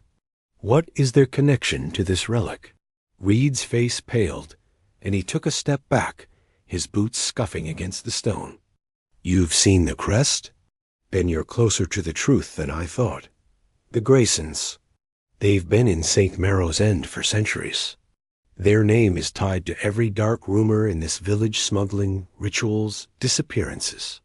Clara believed they were behind the amulet's curse, that they used it to control the village. I told her to stop, to leave it alone, but she wouldn't listen. Poirot's eyes gleamed with the thrill of deduction. And so, monsieur, you met her here, in secret. But something went wrong, did it not? The blood, the glass. Someone interrupted. Your meeting. Tell me, Dr. Reed, what happened that night? Reed's hands clenched into fists, and for a moment Poirot thought he might bolt. But then, as if the weight of his secrets was too much to bear, Reed sank onto a rusted bench, his voice raw with emotion. We were here late, under the moonlight. Clara had the amulet with her, showing me the inscriptions. Then we heard a noise outside, like someone circling the lighthouse. She panicked, said she'd seen a cloaked figure following her for days. I told her to hide the amulet, but before we could leave, the door burst open. I didn't see who it was, just a shadow, moving fast. Clara screamed, and there was a struggle. I tried to help, but something hit me, and I blacked out. When I came to, she was gone, and the amulet was missing. Poirot studied Reed's face, searching for the telltale signs of deceit: a fleeting glance, a nervous tick. But Reed's eyes held steady, filled with a mix of guilt and fear. And you did not go to the authorities, monsieur? Why? Reed laughed bitterly. The authorities here? They're either terrified of the Graysons or in their pocket. I didn't know who to. Trust. I've been searching for Clara ever since, trying to piece together what happened. That's why I'm here tonight. I thought I saw someone near the lighthouse, someone who might know where she is. Poirot nodded slowly, his mind assembling the fragments of Reed's story. The historian's account was plausible, but incomplete. The blood-stained cloth suggested violence, yet Reed bore no visible wounds. And the amulet's disappearance pointed to a larger conspiracy, one that might involve the Graysons, the cult, or even Vicar Thorne. But one detail nagged at Poirot: the Grayson crest on the amulet's case. It was too specific, too deliberate. To be a coincidence. Dr. Reed, Poirot said, his voice softening but no less piercing. You speak of danger, of shadows and cults. But there is one question you have not answered. Why did you run from the churchyard last night? If you are innocent, why flee from Hercule Poirot? Reed's eyes widened, and for the first time he seemed genuinely caught off guard. You saw me? I wasn't running from you. I was following someone else, a man in a hooded cloak, heading toward the cliffs. I thought he might be one of them, one of the cult. I didn't want to be seen. Poirot's mustache twitched again, a sign of his growing suspicion. A convenient explanation, monsieur. But let us test it. You will accompany me now to Harrow Manor. We shall speak with Lady Evelyn, and perhaps she will shed light on your tale. If you are truly Clara's ally, you will have no objection. Reed hesitated, his gaze flickering toward the door once more. But then, with a resigned nod, he stood. Fine. But you're walking into something bigger than you realize, Poirot. The Graysons, they're not just a family. They're a force. And they'll do anything to protect their secrets. Poirot smiled faintly, his eyes gleaming with determination. Then it is fortunate, Dr. Reed, that Hercule Poirot is no stranger to secrets. Come, let us face this force together. The two men stepped out into the gathering storm, the wind whipping at their coats as they made their way down the cliff path toward Harrow Manor. The lighthouse loomed behind them, its shadow stretching across the rocks like a warning. Poirot's mind was alight with possibilities, each clue a thread in the intricate tapestry of the case. Reed's confession had illuminated some corners of the mystery, but others remained shrouded in darkness. The Grayson crest, the Colt's whispers, the amulet's power all pointed to a deeper truth. One Poirot was determined to uncover Dot as they approached the manor, its Gothic spires piercing the stormy sky. Poirot's thoughts turned to the next step. The Graysons awaited, their estate a fortress of secrets. And somewhere, perhaps hidden in its shadowed halls, was the key to Clara's fate. The rain began to fall, sharp and cold, as Poirot tightened his grip on his walking stick. The game, as he often said, was afoot. The path to Harrow Manor was treacherous, the rain turning the dirt to mud, and the wind threatening to hurl them into the churning sea below. Poirot moved with surprising agility for a man of his fastidious nature, his polished shoes somehow avoiding the worst of the mire. Reed, by contrast, seemed ill at ease, his long strides faltering as they neared the manor's iron gates. The historian's story had held up under Poirot's probing, but there was a tension in his posture that suggested he was withholding something, perhaps not a lie, but a truth he feared to speak. The manor's gates creaked open, revealing a gravel drive lined with gnarled oaks, their branches twisting like skeletal fingers against the storm. Lady Evelyn Harrow awaited them at the entrance, her silver hair pinned tightly, her face a mask of aristocratic composure. But her eyes betrayed her wide, anxious, darting between Poirot and Reed. "Monsieur Poirot," she said, her voice steady despite the tremor in her hands. "You've brought a guest. Dr. Reed, I presume?" Reed nodded curtly, avoiding her gaze. Poirot noted the exchange, filing it away for later scrutiny. "Madame," he said, bowing slightly, "Dr. Reed has been most forthcoming about his acquaintance with your niece. He claims to have met her to discuss the amulet, but tragedy intervened. I thought it prudent to bring him here, that we might clarify certain discrepancies." Lady Evelyn's lips tightened, and she gestured for them to enter. The manor's hall was grand, but oppressive, its walls lined with portraits of stern-faced Harrows, their eyes seeming to follow the trio as they moved toward the drawing-room. A fire crackled in the hearth, casting flickering shadows across the room's heavy furniture. Poirot took a seat in a high-backed chair, his posture impeccable, while Reed hovered near the door, as if poised to flee. "Dr. Reed," Lady Evelyn began, her voice sharp, "Clara spoke of you.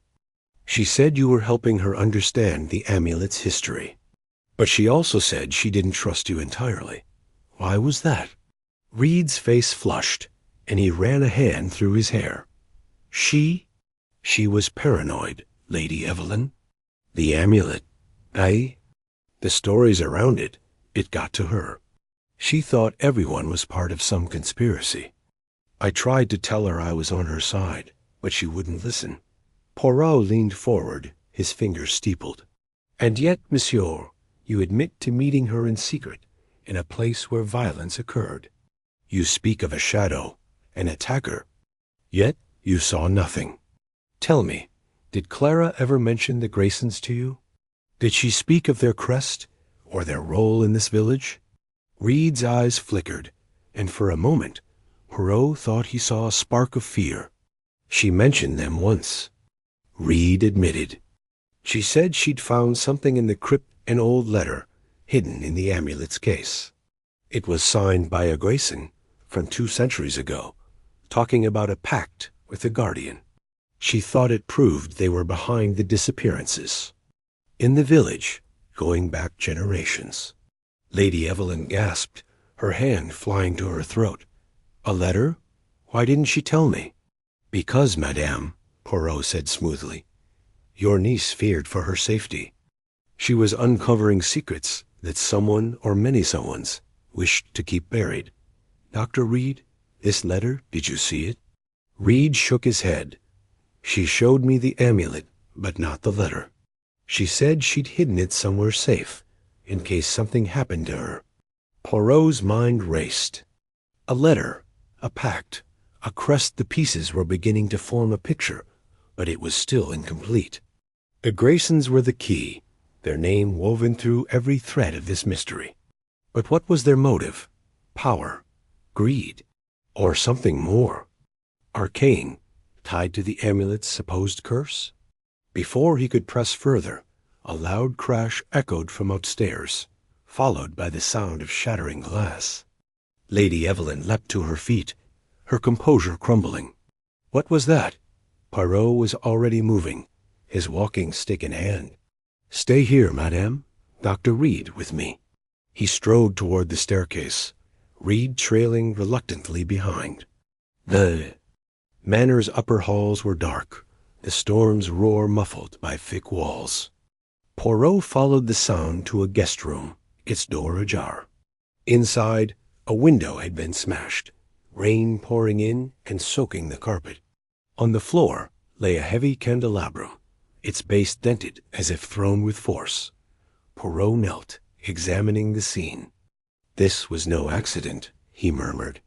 Someone was here, perhaps moments ago. They wished to send a message or to destroy something. Reed's voice was tight. The letter, Clara's letter. If she hid it here. Poirot's eyes scanned the room, landing on a small writing desk in the corner. He crossed to it, his fingers brushing the wood until he found a hidden catch. A panel sprang open, revealing a folded piece of parchment, yellowed with age. He unfolded it carefully, his eyes skimming the faded ink. The letter was indeed signed by a Grayson Eleanor Grayson, dated 1743. It spoke of a guardian bound to the amulet, a pact sealed in blood to protect the village from ruin. But the final line chilled Poirot's blood. Should the amulet be taken, the guardian's wrath will consume us all. He turned to Reed, holding up the letter. This, monsieur, is what Clara found, and this is why she vanished. Someone knows of this letter, and they will stop at nothing to keep its secrets. Tell me, Dr. Reed, did you ever speak of this to the Graysons? Reed's face drained of color. No, I swear it. But Clara might have. She was reckless, determined to expose them. Poirot nodded, folding the letter and slipping it into his pocket. Then we must move quickly. The Graysons will be our next visit. But first, we must ensure Madame Harrow's safety. This manor is no longer a sanctuary. As they descended the stairs, the storm outside reached a fever pitch, lightning, illuminating the manor's grim facade. Poirot's mind was a whirlwind of deduction, each clue a spark in the darkness. The Graysons, the amulet, the cult, all were linked, and Clara's fate hung in the balance. But as he glanced at Reed, he couldn't shake the feeling that the historian was still hiding something, a final secret that might unravel everything. The chapter closed with Poirot stepping into the drawing room, where Lady Evelyn waited, her eyes wide with fear. Monsieur Poirot, she whispered. What have you found? Truth, madame, he replied, his voice steady. And with it, danger. Prepare yourself, we go to confront the Graysons. Chapter 8. The Grayson Legacy. The fog clung to St. Maro's End like a shroud, its tendrils curling around the gnarled oaks that lined the path to the Grayson estate. Hercule Poirot adjusted his scarf against the damp chill, his polished shoes sinking slightly into the muddy track. The events of the past days, the cryptic amulet, Clara's disappearance, the fisherman's tale, and the vicar's evasions had woven a tapestry of intrigue that demanded his meticulous attention. Now the trail led him here, to the imposing gates of the Grayson estate, where whispers of a sinister family legacy intertwined with the mystery of the missing heiress. The iron gates loomed ahead, their intricate filigree rusted but proud, flanked by stone gargoyles whose hollow eyes seemed to follow Poirot's every step. He paused, stroking his mustache thoughtfully. The Grayson family crest, glimpsed on the amulet's case and doctor. Reed's possession had been an unexpected thread in this tangled web. Its presence suggested a connection deeper than mere coincidence, and Poirot's little gray cells hummed with anticipation. What secrets did this ancient family hold? And how did they tie to Clara's fate? He pushed the gate, which creaked ominously, and stepped onto the gravel drive. The estate sprawled before him, a Gothic edifice of weathered stone, its turrets piercing the mist like jagged teeth. Windows glinted dully, their curtains drawn as if to shield the house's secrets from prying eyes. Poirot's keen gaze swept the grounds, noting the overgrown rose garden, its thorns clawing at the air, and a fountain choked with algae, its cherub statue cracked and forlorn. The air carried a faint tang of salt from the nearby cliffs, mingling with the earthy scent of decay. This was no place of warmth or welcome dot. As he approached the heavy oak door, it swung open before he could knock. A butler, gaunt and pale as a spectre, stood in the threshold. His eyes, deep-set and unblinking, assessed Poirot with a flicker of suspicion. "Monsieur Hercule Poirot, I presume?" The butler intoned, his voice as dry as the rustle of dead leaves. "Mrs. Grayson is expecting you." Poirot inclined his head, noting the butler's stiff posture and the faint tremor in his hands. "Oui, I am Poirot. And you are?" "Carver, sir." "This way, if you please."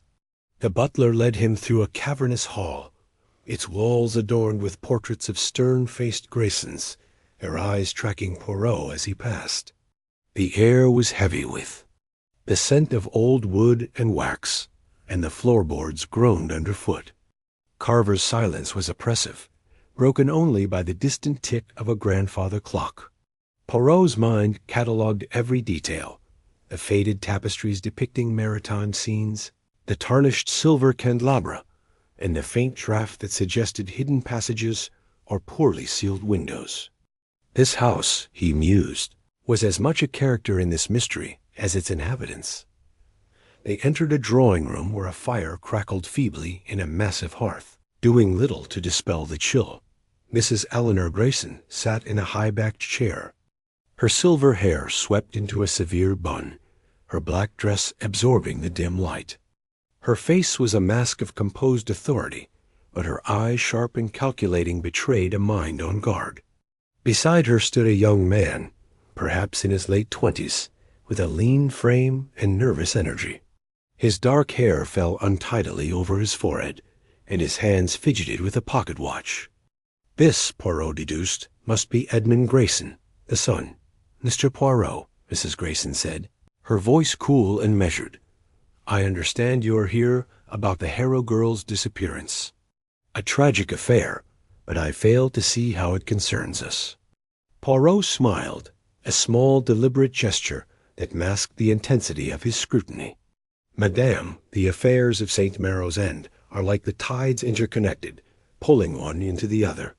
I have reason to believe your family's history may shed light on Mademoiselle Clara's fate."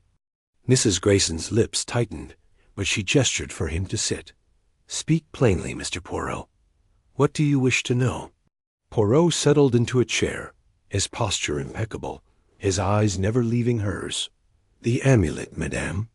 It bears your family crest. A curious detail, non? I am told it is tied to legends of occult, one that your family, perhaps, knows intimately." The room seemed to contract, the air growing taut. Edmund's hand froze on his pocket watch, and Carver, lingering by the door, shifted uneasily. Mrs. Grayson's expression remained impassive, but her fingers tightened on the armrests of her chair. "Superstition," she said dismissively. "The amulet is an old heirloom, nothing more. As for cults, this village thrives on gossip. The Graysons have lived here for centuries, and every storm or missing cow is blamed on us. It is tiresome." "Yet," Poirot countered, his tone gentle but unyielding, "the amulet was in Clara Harrow's possession before she vanished." And I have heard whispers of your family's influence in certain shadowy circles. Edmund coughed, a nervous sound that drew his mother's sharp glance. Mother, perhaps we should— Be silent, Edmund, she snapped, her composure slipping for a moment. She turned back to Poirot. You are a detective, Mr. Poirot, not a peddler of fairy tales. If you have evidence, present it. Otherwise, I suggest you look elsewhere for your answers. Poirot's mustache twitched, a sign of amusement or resolve. Evidence, madame, is like a fine wine. It reveals itself with time and care. But allow me to ask, where were you the night Clara Harrow disappeared? Mrs. Grayson's eyes narrowed. At home, as always. Carver can attest to that. As can Edmund. The young man nodded quickly, too quickly, Poirot thought. Yes, we were here, all evening. Being, Poirot said, rising. Then you will not mind if I explore the grounds? The manor, it has a certain character that intrigues me. Mrs. Grayson hesitated, then waved a hand. Do as you wish, but you'll find nothing but dust and old stones. Carver escorted Poirot to the door, but as they reached the hall, Edmund slipped past his mother and pressed something into Poirot's hand, a folded note. His eyes, wide with urgency, met Poirot's for a fleeting moment before he retreated. Poirot tucked the note into his pocket, his expression unchanged, and followed Carver outside. The grounds were as foreboding as the manor itself. Poirot wandered the garden, his cane tapping the uneven paths. The note burned in his pocket, but he waited until he was alone, near the fountain, to unfold it. In hasty scrawl, it read, Danger, midnight, village square, trust no one. Poirot's eyes gleamed. Edmund, it seemed, was not as loyal to his mother's secrets as she believed. He tucked the note away, his mind racing. The village square at midnight, another piece of the puzzle, perhaps leading to the cult Dr. Reed had mentioned. But first, he would test the Graysons' composure further. He re-entered the manor unannounced, startling Carver, who was polishing a candelabra. Monsieur Poirot, you should not— A small oversight, Monsieur Carver, Poirot said smoothly. I wish to admire the chandelier in the great hall. A magnificent piece, non? Carver's face paled, and he hurried after Poirot, who was already striding toward the hall. The chandelier hung like a constellation of crystal, its candles unlit, but gleaming in the dim light. Poirot circled it, his eyes tracing the intricate ironwork. A marvel, he murmured, but heavy, I imagine. It requires strong support, oui? Before Carver could respond, a low groan echoed through the hall. Poirot's head snapped up, his senses alert. The chandelier swayed slightly. Then, with a sickening creak, it plummeted. Poirot dove aside, rolling across the floor as the massive fixture crashed, shattering crystal and splintering wood. Dust billowed, and Carver stood frozen, his face a mask of shock. Poirot rose, brushing off his coat, his eyes blazing. Mon Dieu, an unfortunate accident, non? Or perhaps not so accidental. Carver stammered. I don't know how. No matter, Poirot said, his voice calm but edged with steel. I believe I have seen enough for today. He left the manor, his heart pounding not with fear, but with exhilaration. The falling chandelier was no accident. It was a warning, or perhaps an attempt to silence him. The Graysons, or someone within their circle, feared his probing. And Edmund's note suggested a crack in their facade. The midnight meeting in the village square would be his next move, but he would tread carefully. St. Marrow's End was a place of shadows, and Poirot knew that the truth, like the amulet, lay hidden in the dark dot. As he walked back to the village, the fog thickened, swallowing the manor behind him. The cliffs roared in the distance, and Poirot's mind churned. The Grayson legacy was not just a story of wealth and power. It was a labyrinth of deception, and he, Hercule Poirot, would navigate it to its heart. Chapter 9. The Midnight Gathering. The fog draped St. Maro's End in a shroud so thick it seemed to swallow sound itself, muffling the distant crash of waves against the cliffs. Hercule Poirot stood at the edge of Harrow Manor's garden, his gray overcoat blending with the mist, his mustache impeccably trimmed despite the late hour. The note from Edmund Grayson slipped into his palm with a trembling hand, burned in his pocket like a silent accusation. Midnight, the square. They gather. Be wary. The words, scrawled in haste, carried a weight that Poirot's meticulous mind could not ignore. The village clock tower, barely visible through the haze, tolled 11, each chime a dull thud against the damp air. Poirot adjusted his hat, his sharp eyes scanning the shadowed paths leading to the village square. The events of the past days, the cryptic amulet, Clara's torn scarf, the vicar's evasions, and the near-fatal chandelier at the Grayson estate had woven a tapestry of deceit, and tonight he intended to pull at its threads. He moved silently, his polished shoes avoiding the slick cobblestones that glistened under the occasional flicker of a gas lamp. The village was asleep, or so it seemed, but Poirot's instincts told him otherwise. St. Maro's End harbored secrets, and the square, with its ancient stone fountain and ring of weathered shops, was their crucible.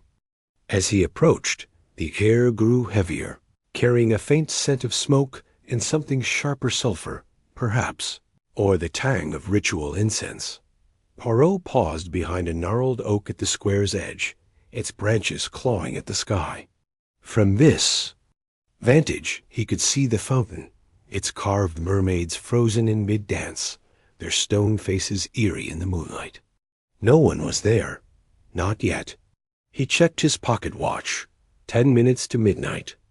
Patience was his ally, and he settled into the shadows, his mind cataloging every detail: the uneven cobblestones, the shuttered windows of the baker's shop, the faint glow from the church steeple in the distance.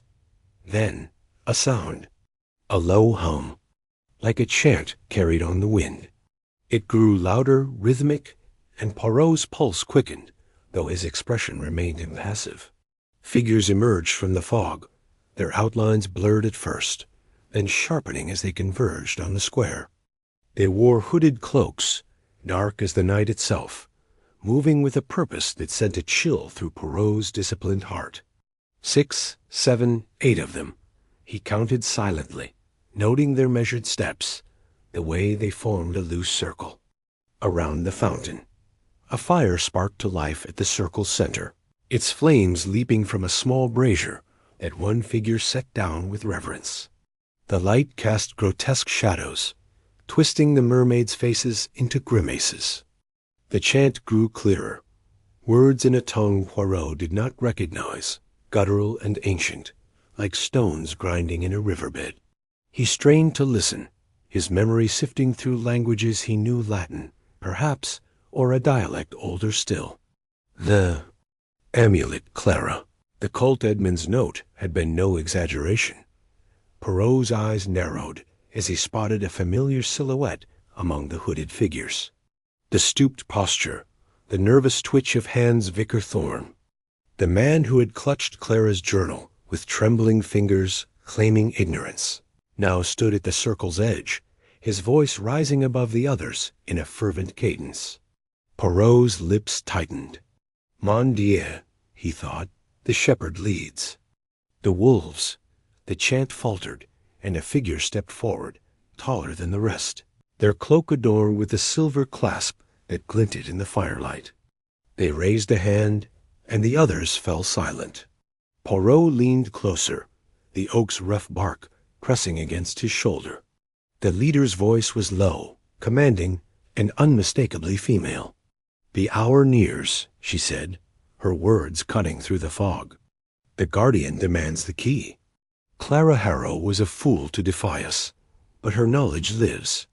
Find her, or the wrath falls on us all." Poirot's mind raced.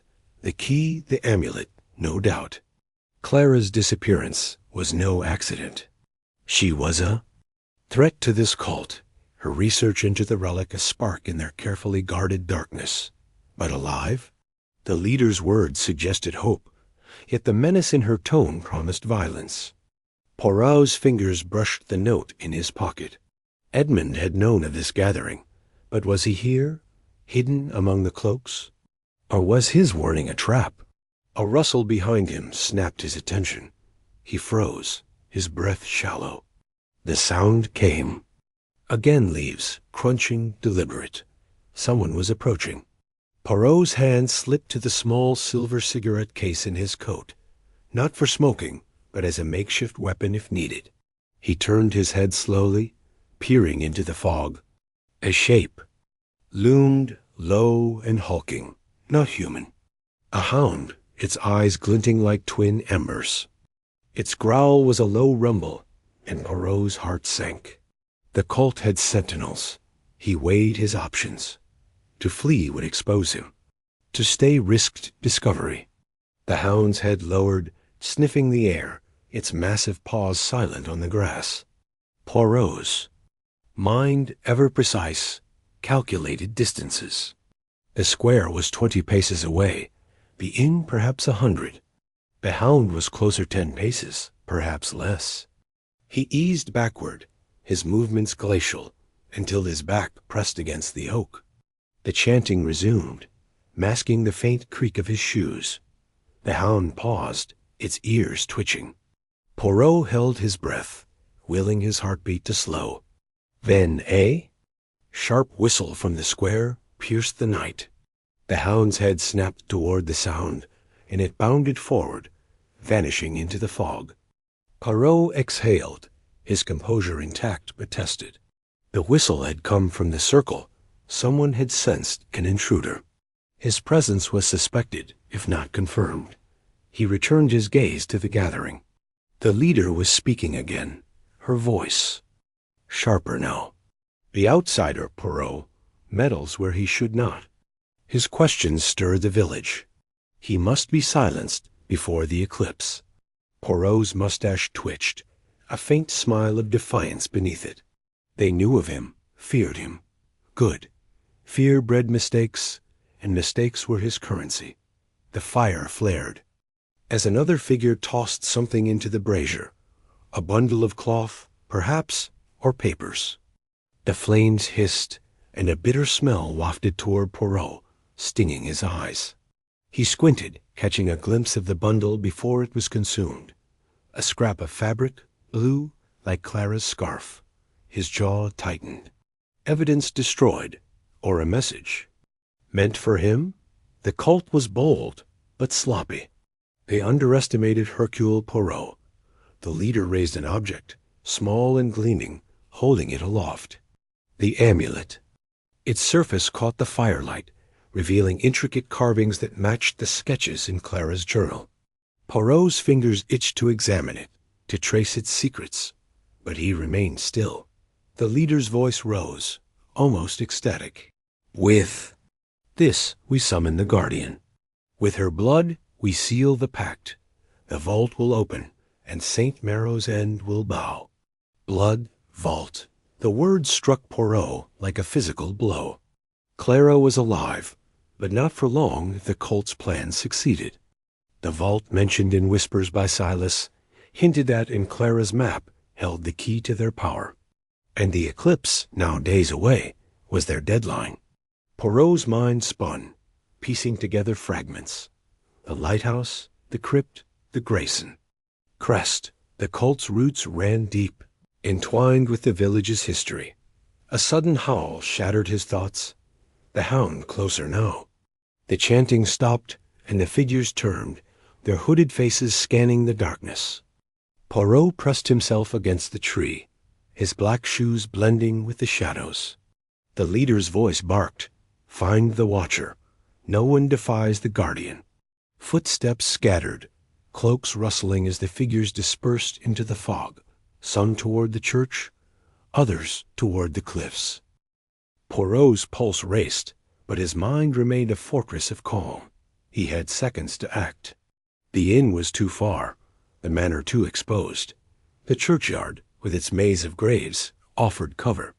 He slipped from the oak, moving low, his steps silent despite the treacherous ground.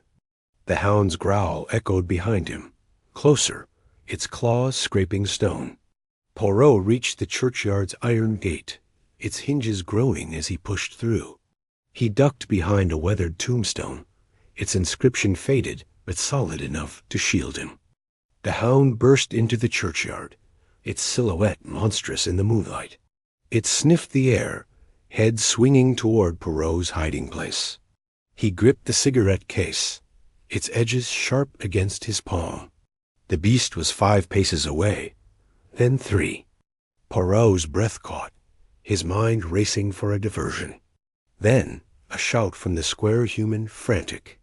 The hound hesitated, then turned, loping back toward the sound. Poirot exhaled, his body still but his thoughts a whirlwind. The cult was unraveling, their paranoia a crack he could exploit. Vicar Thorne's presence confirmed his duplicity, but the leader her voice, her authority suggested a figure of greater power. Mrs. Grayson? Unlikely, given her aloofness, but her son Edmund was another matter. His note had led Poirot here. But was it aid or manipulation? He waited, counting minutes until the square fell silent. The fire was gone, the figures vanished. Only the fog remained, curling around the fountain like a living thing. Poirot rose, brushing dirt from his coat, his expression resolute. The night had yielded answers, but more questions loomed. Clara's fate, the amulet's purpose, the vault's secrets, they were pieces of a puzzle only Hercule Poirot could solve. He slipped back toward the inn, the hound's howl a distant echo. The game was afoot, and the stakes were life and death. As he walked, the fog parted briefly, revealing the church steeple, its cross stark against the sky. Poirot's lips curved. "The little gray cells," he murmured, "they do not rest." Chapter 10. The hidden passage. The air in Harrow Manor carried a damp chill, as though the walls themselves exhaled the secrets of St. Marrow's End. Hercule Poirot stood in the dimly lit library, his gloved fingers tracing the edge of a mahogany bookshelf.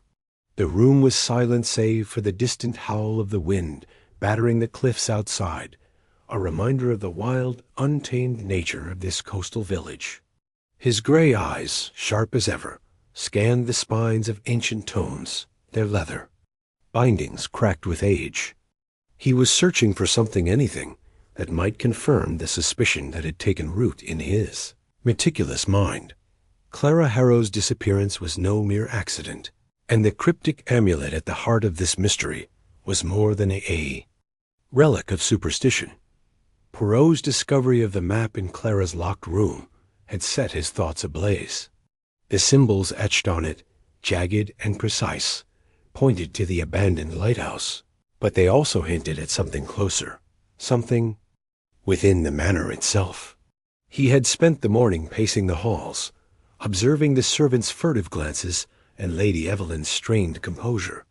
The house was a labyrinth of secrets, and Poirot was determined to unravel its threads. He paused at a portrait of Sir Reginald Harrow, Clara's late father, whose stern gaze seemed to follow him. The painting hung slightly askew, a detail that pricked Poirot's sense of order. He adjusted it, and as he did, a faint click echoed from behind the frame. His heart quickened not with fear, but with the thrill of discovery. With a gentle push, the portrait swung inward, revealing a narrow stone passage descending into darkness.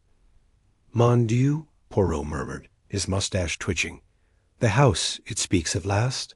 He retrieved a small flashlight from his coat pocket, a modern convenience he carried, despite his preference for the elegance of older methods. The beam cut through the gloom, illuminating damp walls glistening with seawater. The passage smelled of salt and decay, a stark contrast to the polished opulence above. Poirot's polished shoes tapped softly on the uneven stone as he descended, his mind cataloging every detail, the faint scratches on the walls, The faint echo of dripping water, the oppressive weight of the earth pressing in. The passage wound downward, its twists and turns disorienting even to Poirot's disciplined senses. He estimated he had descended at least 30 feet when the tunnel opened into a wider chamber. His flashlight swept across the space, revealing rough-hewn walls and a sandy floor littered with seaweed. The air was thick with the tang of the sea, and Poirot's sharp ears caught the faint rhythm of waves crashing somewhere nearby. This was no ordinary cellar. It was a cave, carved by nature and hidden by human design. He stepped forward, his light catching a glint of metal on the ground. Kneeling, he brushed away sand to reveal a delicate silver locket, its surface engraved with a delicate C. Clara's locket, he was certain, for Lady Evelyn had described it in detail. He opened it, revealing a tiny portrait of a young woman with Clara's striking features, high cheekbones, dark eyes, and a defiant tilt to her chin. The other half held a lock of auburn hair tied with a ribbon. Poirot's fingers lingered on the locket, his mind racing. Clara had been here, but why? And where was she now? As he pocketed the locket, his light fell on a series of markings on the cave wall, crude symbols, similar to those on Clara's map, arranged in a circular pattern. At the center was a carving of an amulet, its design unmistakable. A crescent moon entwined with a serpent, the same relic that haunted this case. Surrounding it were words in an archaic script, barely legible. Poirot, who prided himself on his knowledge of languages, recognized fragments of Latin. Custodia ire, the guardian's wrath. The phrase echoed the cryptic notes in Clara's journal, and Poirot felt a chill that had little to do with the cave's dampness. He was about to examine the symbols further when a faint sound broke his concentration. A soft, rhythmic scraping, like wood against stone. He froze, his flashlight dimming as he flicked it off to avoid detection.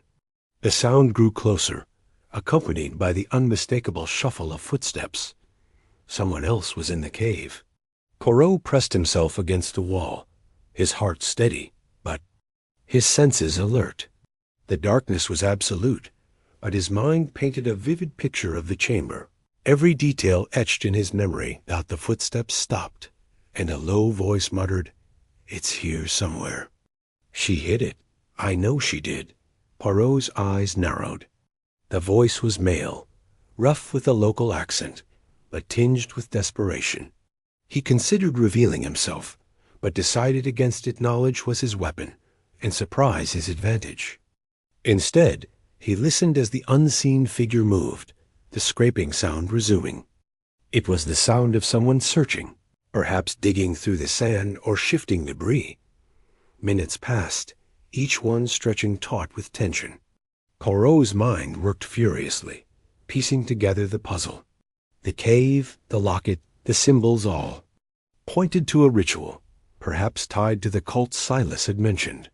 Clara had been researching the amulet, and this cave was no mere hiding place. It was a sanctum, a place of significance to those who revered the relic. But why had Clara come here? Had she been lured, or had she sought something? The scraping stopped, replaced by a sharp intake of breath. "Got it," the voice hissed, followed by the clink of metal. Poirot's curiosity burned, but he remained still, his breath shallow. The figure's footsteps retreated, fading into the tunnel. Poirot waited until silence returned before switching on his flashlight. He scanned the ground where the sound had come from and noticed a patch of disturbed sand. Kneeling, he brushed it away, revealing a small iron box, its lid ajar. Inside was a single item, a fragment of parchment, yellowed with age, bearing a sketch of the amulet and a single word, "Eclipse." Poirot's mind raced. The lighthouse riddle had mentioned a lunar phase, and now this parchment confirmed it. The cult's plans, whatever they were, centered on an impending eclipse. But what role did Clara play? Was she a victim, or had she uncovered something so dangerous, that she had to be silenced. Before he could ponder further, a new sound pierced the silence, a faint, muffled cry, barely audible over the distant crash of waves. It came from deeper, within the cave, where the tunnel continued into shadow. Poirot's heart quickened, not with fear, but with certainty. Clara was alive, and she was close. He moved swiftly, his flashlight guiding him through the narrowing tunnel. The walls grew rougher, the air colder, and the sound of the sea louder, as though the cave opened directly onto the shore. The cry came again, weaker this time, and Poirot's pace quickened. He rounded a bend and found himself in a smaller chamber, its ceiling low and dripping with moisture. In the corner, bound and gagged, was Clara Harrow. She was pale, her auburn hair matted with sweat and sand, but her eyes blazed with defiance. A rag was tied across her mouth, and her wrists were bound with coarse rope. Poirot rushed to her side, his nimble fingers working to untie the gag. "Mademoiselle Clara," he said softly, his voice calm but urgent. "You are safe now. Hercule Poirot is here." Clara's eyes widened, and as the gag fell away, she gasped, "They're coming back. You have to hurry." Poirot worked quickly, freeing her wrists and helping her to her feet. She was unsteady, her strength sapped by days in captivity, but her spirit was unbroken. "Who are they?" Poirot asked, his voice low as he scanned the chamber for signs of pursuit. "A cult," Clara whispered, her voice hoarse. "They want the amulet. They think it's the key to their ritual, but it's more than that. It's—" Her words were cut off by a sudden rumble, a deep vibration that shook the cave. Sand trickled from the ceiling, and Poirot's instincts screamed danger. "We must go," he said, guiding Clara toward the tunnel. But as they moved, a shadow loomed at the entrance, a tall figure, cloaked and silent, blocking their path. Poirot's hand tightened on his flashlight, the only weapon at his disposal. "Stay behind me, mademoiselle," he murmured, his voice steady despite the odds. The figure stepped forward, and the faint light caught the glint of a blade in their hand. Poirot's mind raced, calculating angles, distances, and possibilities. He was no man of violence, but his intellect was a force unmatched. "Who are you?" Poirot demanded, his tone commanding. "Speak, or face the consequences of your silence." The figure hesitated, then lowered the blade slightly. "You're meddling in things you don't understand, detective," came a low, gravelly voice. "The amulet belongs to us. Leave, or you'll share her fate." Poirot's mustache twitched, a sign of his disdain. "Hercule Poirot does not leave mysteries unsolved, monsieur. Step aside, or I shall expose your secrets to the world." The figure laughed, a cold, hollow sound, but before they could respond, Clara lunged forward, seizing a loose rock from the cave floor and hurling it at the figure's head. The cloaked stranger stumbled, and Poirot seized the moment, grabbing Clara's arm and pulling her past the figure into the tunnel. They ran, the sound of pursuit echoing behind them, the cave's walls seeming to close in with every step. The tunnel twisted upward, and Poirot's flashlight flickered, its battery waning. Clara's breath came in ragged gasps, but she kept pace, driven by desperation. They emerged into the library, just as the portrait swung shut behind them, sealing the passage. Poirot wedged a chair against it, buying them time. "We cannot stay here," he said, his mind already planning their next move. "The cult knows you are free, and they will come for you. Tell me, mademoiselle, what is the amulet's true purpose?" Clara leaned against the wall, catching her breath. "It's not just a relic," she said, her voice trembling with urgency. "It's a key to a vault hidden in the village. My father found it years ago, but he died before he could open it. The cult believes it holds power, but I think it holds proof of their crimes. That's why they took me. I was getting too close. Poirot's eyes gleamed. A vault, you say? Then we must find it before they do. But first, we must ensure your safety. He led her to the manor's back entrance, where the storm raged outside. The wind howled, and the cliffs loomed like sentinels in the darkness. Poirot knew the cult would be watching, waiting for their chance to strike. But he also knew that the eclipse was approaching, and with it, the cult's final ritual. Time was running out. As they slipped into the night, Poirot's mind was a whirlwind of deductions. The locket, the parchment, the cave, all pieces of a puzzle that was nearing completion. Clara was alive, but the danger was far from over. The cult's reach extended deep into St. Maro's End, and Poirot would need all his wits to outmaneuver them. The chapter closed with the detective in hand, the heiress vanishing into the fog, the promise of answers and peril lying just ahead. Chapter 11. The traitor revealed.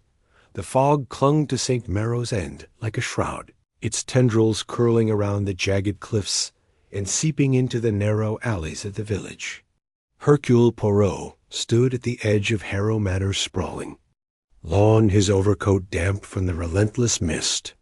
Beside him, Clara Harrow shivered, her auburn hair plastered to her face, her eyes darting nervously toward the shadowed trees. The escape from the cave had been a narrow one, and though they had evaded the cloaked figure, Poirot knew the cult's grip on this village was tightening.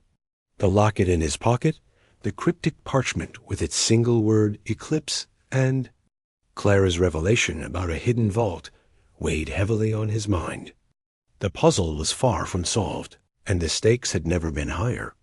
Poirot's gray cells worked tirelessly, piecing together the fragments of this bizarre mystery. Clara's words in the cave had confirmed his suspicions. The amulet was no mere relic, but a key to a vault containing evidence of the cult's crimes. Yet questions lingered. Why had Lady Evelyn Harrow, Clara's aunt, been so evasive when he questioned her earlier? Her nervous glances, her vague answers about Clara's research, there was something she was not telling him. Poirot's instinct, honed by years of unraveling human deception, told him that the answer lay within the manor itself, and he would not rest until he uncovered it. We cannot linger here. Mademoiselle, Poirot said, his voice low but firm. The cult knows you are free, and they will not hesitate to strike. We must return to the manor, but with caution. Clara nodded, her jaw set with determination despite her exhaustion. I know a back entrance, she whispered. It's hidden behind the rose garden. They won't expect us to go back inside. Poirot approved of her quick thinking. Lead the way, but stay close. Hercule Poirot does not intend to lose you again. They moved silently through the fog, the crunch of gravel underfoot muffled by the damp air. The rose garden, overgrown and tangled with thorns, loomed ahead like a forgotten Eden. Clara guided him to a low stone wall, where she pressed a concealed panel, revealing a narrow door covered in moss. It creaked open, admitting them into a dimly lit corridor that smelled of mildew and old wood. Poirot's flashlight, now flickering from its ordeal in the cave, cast weak shadows on the walls as they advanced. The corridor led to the manor's lower levels, a maze of servants' passages unused since Sir Reginald Harrow's time.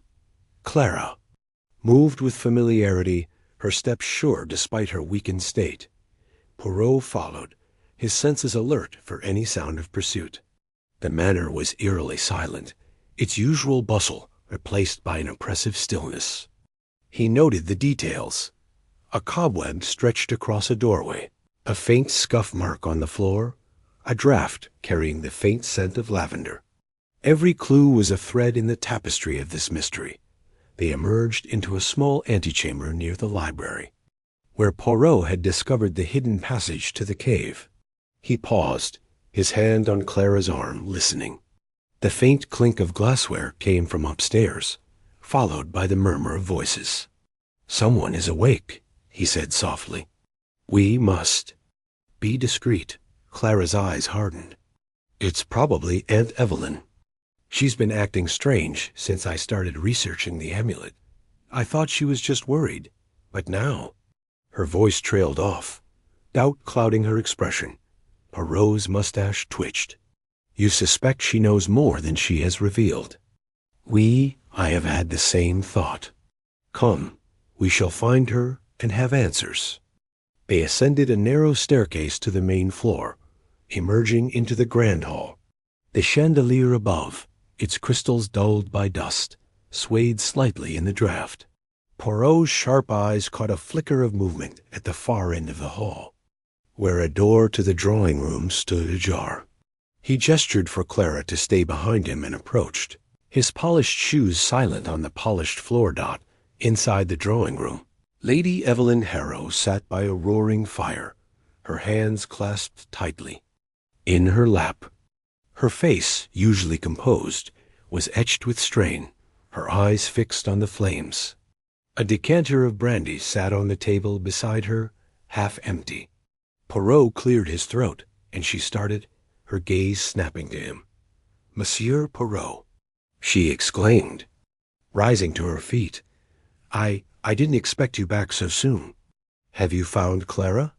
Poirot studied her, noting the tremor in her voice, the way her fingers twisted the lace of her shawl. "Mademoiselle Clara is safe," he said, stepping aside to reveal Clara in the doorway. Lady Evelyn gasped, her hand flying to her mouth.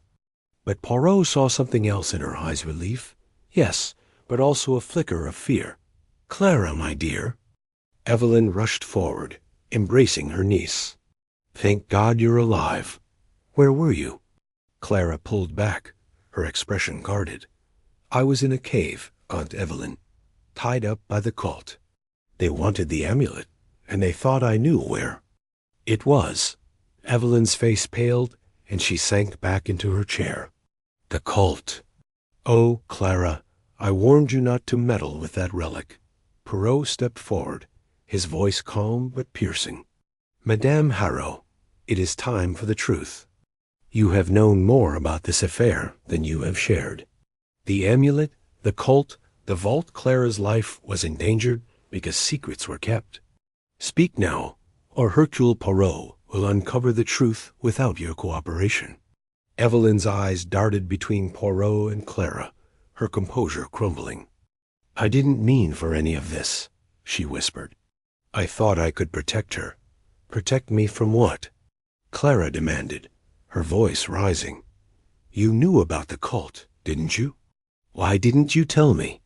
Evelyn's hands trembled, as she reached for the brandy, then stopped herself. "It's complicated," she said, her voice barely audible. "Your father, Clara, he was involved with them years ago. The cult, they called themselves the Guardians of the Crescent. They believed the amulet held power, some ancient force tied to the sea and the moon. Your father thought it was nonsense at first, but he became obsessed. He found the vault, the one you were researching. He said it held documents, proof of the cult's crimes, their blackmail, their murders. He wanted to expose them, but he died before he could." Clara's face drained of color. "Father? He was part of it?" "Not part of it," Evelyn corrected, her voice breaking.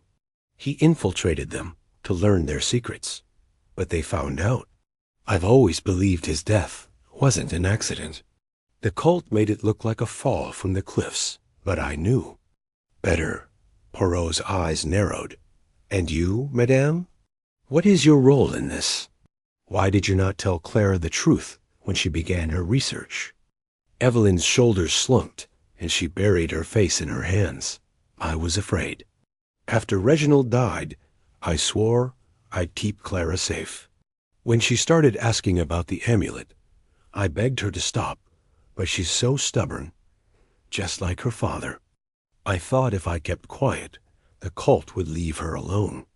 But then she disappeared, and I panicked. I sent for you, Monsieur Poirot, because I knew you were her only hope." Clara's eyes filled with tears, but her voice was steady. "You should have told me, Aunt Evelyn. I could have been more careful. They took me because I was getting close to the vault. I found the map, the symbols. I was so close. Poirot raised a hand, silencing her. Madame Harrow, there is more you are not saying. You knew of the cult's activities, yet you allowed Clara to remain in danger. And Dr. Malcolm Reed, what is his connection? He was seen fleeing the village. Tonight, is he one of them? Evelyn's eyes widened, and she shook her head vehemently. No, Malcolm isn't with them, not anymore. He was part of the cult years ago, when he was young and foolish. He was a historian, fascinated by the amulets. Origins. But he left them, broke away when he realized what they were doing. He's been trying to help Clara, to keep her safe. Poirot's mustache twitched, a sign of his skepticism. And yet he fled, leaving Clara in peril. His actions do not speak of innocence. Where is he now, madame? I don't know, Evelyn admitted, her voice trembling. He came to me this morning, said he was going to the cliffs to find some proof to stop the cult. He didn't tell me more. I swear it. Poirot's mind raced, cataloging every detail. Reed's confession in the lighthouse had been partial, evasive. He had claimed to protect Clara, yet his sudden flight suggested guilt or fear. The cult's ritual was tied to the approaching eclipse, and Reed's knowledge of the amulet made him a key player, whether ally or adversary. We must find him, Poirot declared. If Dr. Reed holds the proof you speak of, he is in danger, and so are we. Clara, do you know where he might have gone? Clara hesitated, then nodded. He mentioned a ruin on the cliffs, an old watchtower. He said it was connected to the vault, a place the cult avoided. If he's hiding, that's where he'd go. Then we go now, Poirot said, his tone resolute. But first, we must ensure the manor is secure. Madame Harrow, lock the doors and admit no one. The cult will come when they learn Clara is free. Evelyn nodded, her face pale but determined. Be careful, Monsieur Poirot. They're ruthless. Poirot and Clara slipped out through the back entrance once more, the fog thicker now, swallowing the manor behind them. The cliffs loomed ahead, their jagged edges barely visible in the moonlight. The path was treacherous, slick with rain and moss, but Clara moved with purpose, her knowledge of the terrain guiding them. Poirot followed, his flashlight dim but sufficient, his mind turning over the new revelations. The watchtower emerged from the mist, a crumbling stone structure perched precariously on the cliff's edge. Its walls were scarred by time and weather, its windows dark and empty. Poirot's sharp eyes caught a flicker of movement inside, a shadow passing across a broken pane. He signaled for Clara to stay low and approached, his steps silent. Inside, the air was heavy with the smell of damp, stone and rotting wood. Poirot's flashlight swept the room, revealing overturned furniture and scattered papers. At the far end, crouched behind a broken table, was Dr. Malcolm Reed. His face was haggard, his clothes torn, and in his hand was a small leather-bound book, its pages yellowed and brittle. Dr. Reed, Poirot called softly, his voice carrying an edge of authority. You will stand and explain yourself. Hercule Poirot has questions, and you will answer. Reed started, his eyes wild with fear. Poirot, thank God. I didn't know who else was out there. They're after me, the cult. They know I have this. He held up the book, his hands shaking. Clara stepped forward, her voice sharp. Malcolm, you left me in that cave. You said you were protecting me, but you ran. Why? Reed's shoulders sagged. I'm sorry, Clara. I panicked. When I heard them coming, I thought I could draw them away. I went to the watchtower to find this. He gestured to the book. It's your father's journal. He hid it here, in a hollow stone. It has everything, names, dates, the cult's secrets. I thought if I could get it to you, we could stop them. Poirot took the journal, his gloved fingers careful as he opened it. The pages were filled with Reginald Harrow's meticulous handwriting, detailing the cult's activities: blackmail, extortion, even murders disguised as accidents. One entry caught Poirot's eye, a description of the vault, hidden beneath the lighthouse, accessible only with the amulet during the eclipse. "This is the proof we need," Poirot said, his voice steady. "But we are not safe yet. The cult will come for this, and for you, Dr. Reed. You must tell us everything, every name, every detail." Before Reed could respond, a low whistle cut through the air, followed by the crunch of footsteps outside. Poirot extinguished his flashlight, plunging the room into darkness. "They are here," he whispered. "We must move." He led Clara and Reed to a narrow staircase at the back of the tower, its steps crumbling but passable. They descended into a lower chamber, where the sound of the sea was louder, crashing against the cliffs below. Poirot's mind raced, formulating a plan. The cult was closing in, but he had the journal, Clara, and Reed. The eclipse was hours away, and the lighthouse would be their battleground dot as they crouched in the shadows. Poirot's voice was a calm anchor. "We will face them, Mies Amos, but we will do so with strategy. The truth is our weapon, and Hercule Poirot wields it with precision." The chapter closed with the trio huddled in the watchtower's depths, the journal clutched tightly in Poirot's hands, the sound of approaching footsteps echoing like a drumbeat of doom. The cult was near, the eclipse loomed, and the truth was within reach if they could survive the night. Chapter 12. The Storm's Revelation. The storm descended on St. Maro's End with the fury of a scorned deity, its winds howling like banshees across the cliffs, tearing at the village's ancient stones. Hercule Poirot stood at the edge of a jagged promontory, his overcoat whipping about him, his hat clutched tightly in one hand to keep it from the greedy gusts. The sea below churned, a cauldron of foam and shadow, as lightning split the sky, illuminating the ruins of a crumbling stone tower perched precariously above the waves. It was here, in this forsaken place, that Dr. Malcolm Reed had fled, and it was here that Poirot would find Clara Harrow, or lose her forever. The events of the past hours pressed heavily on Poirot's mind, his little gray cells working ceaselessly to untangle the web of deception spun by the cult of St. Maro's End. Edmund, Grayson's warning had led him to the midnight gathering, where Vicar Thorne's betrayal was laid bare, and the cult's leader had spoken of a ritual tied to the lunar eclipse. Now, Reed's confession that he had hidden Clara to protect her from the cult's wrath had brought Poirot to this storm-lashed ruin, chasing a truth that danced just beyond his grasp. The tower, known to locals as the Widow's Spire, loomed. Above him, its broken walls clawing at the sky like the bones of some ancient beast. Reed had vanished into its shadow moments before, his lanky frame swallowed by the storm's chaos.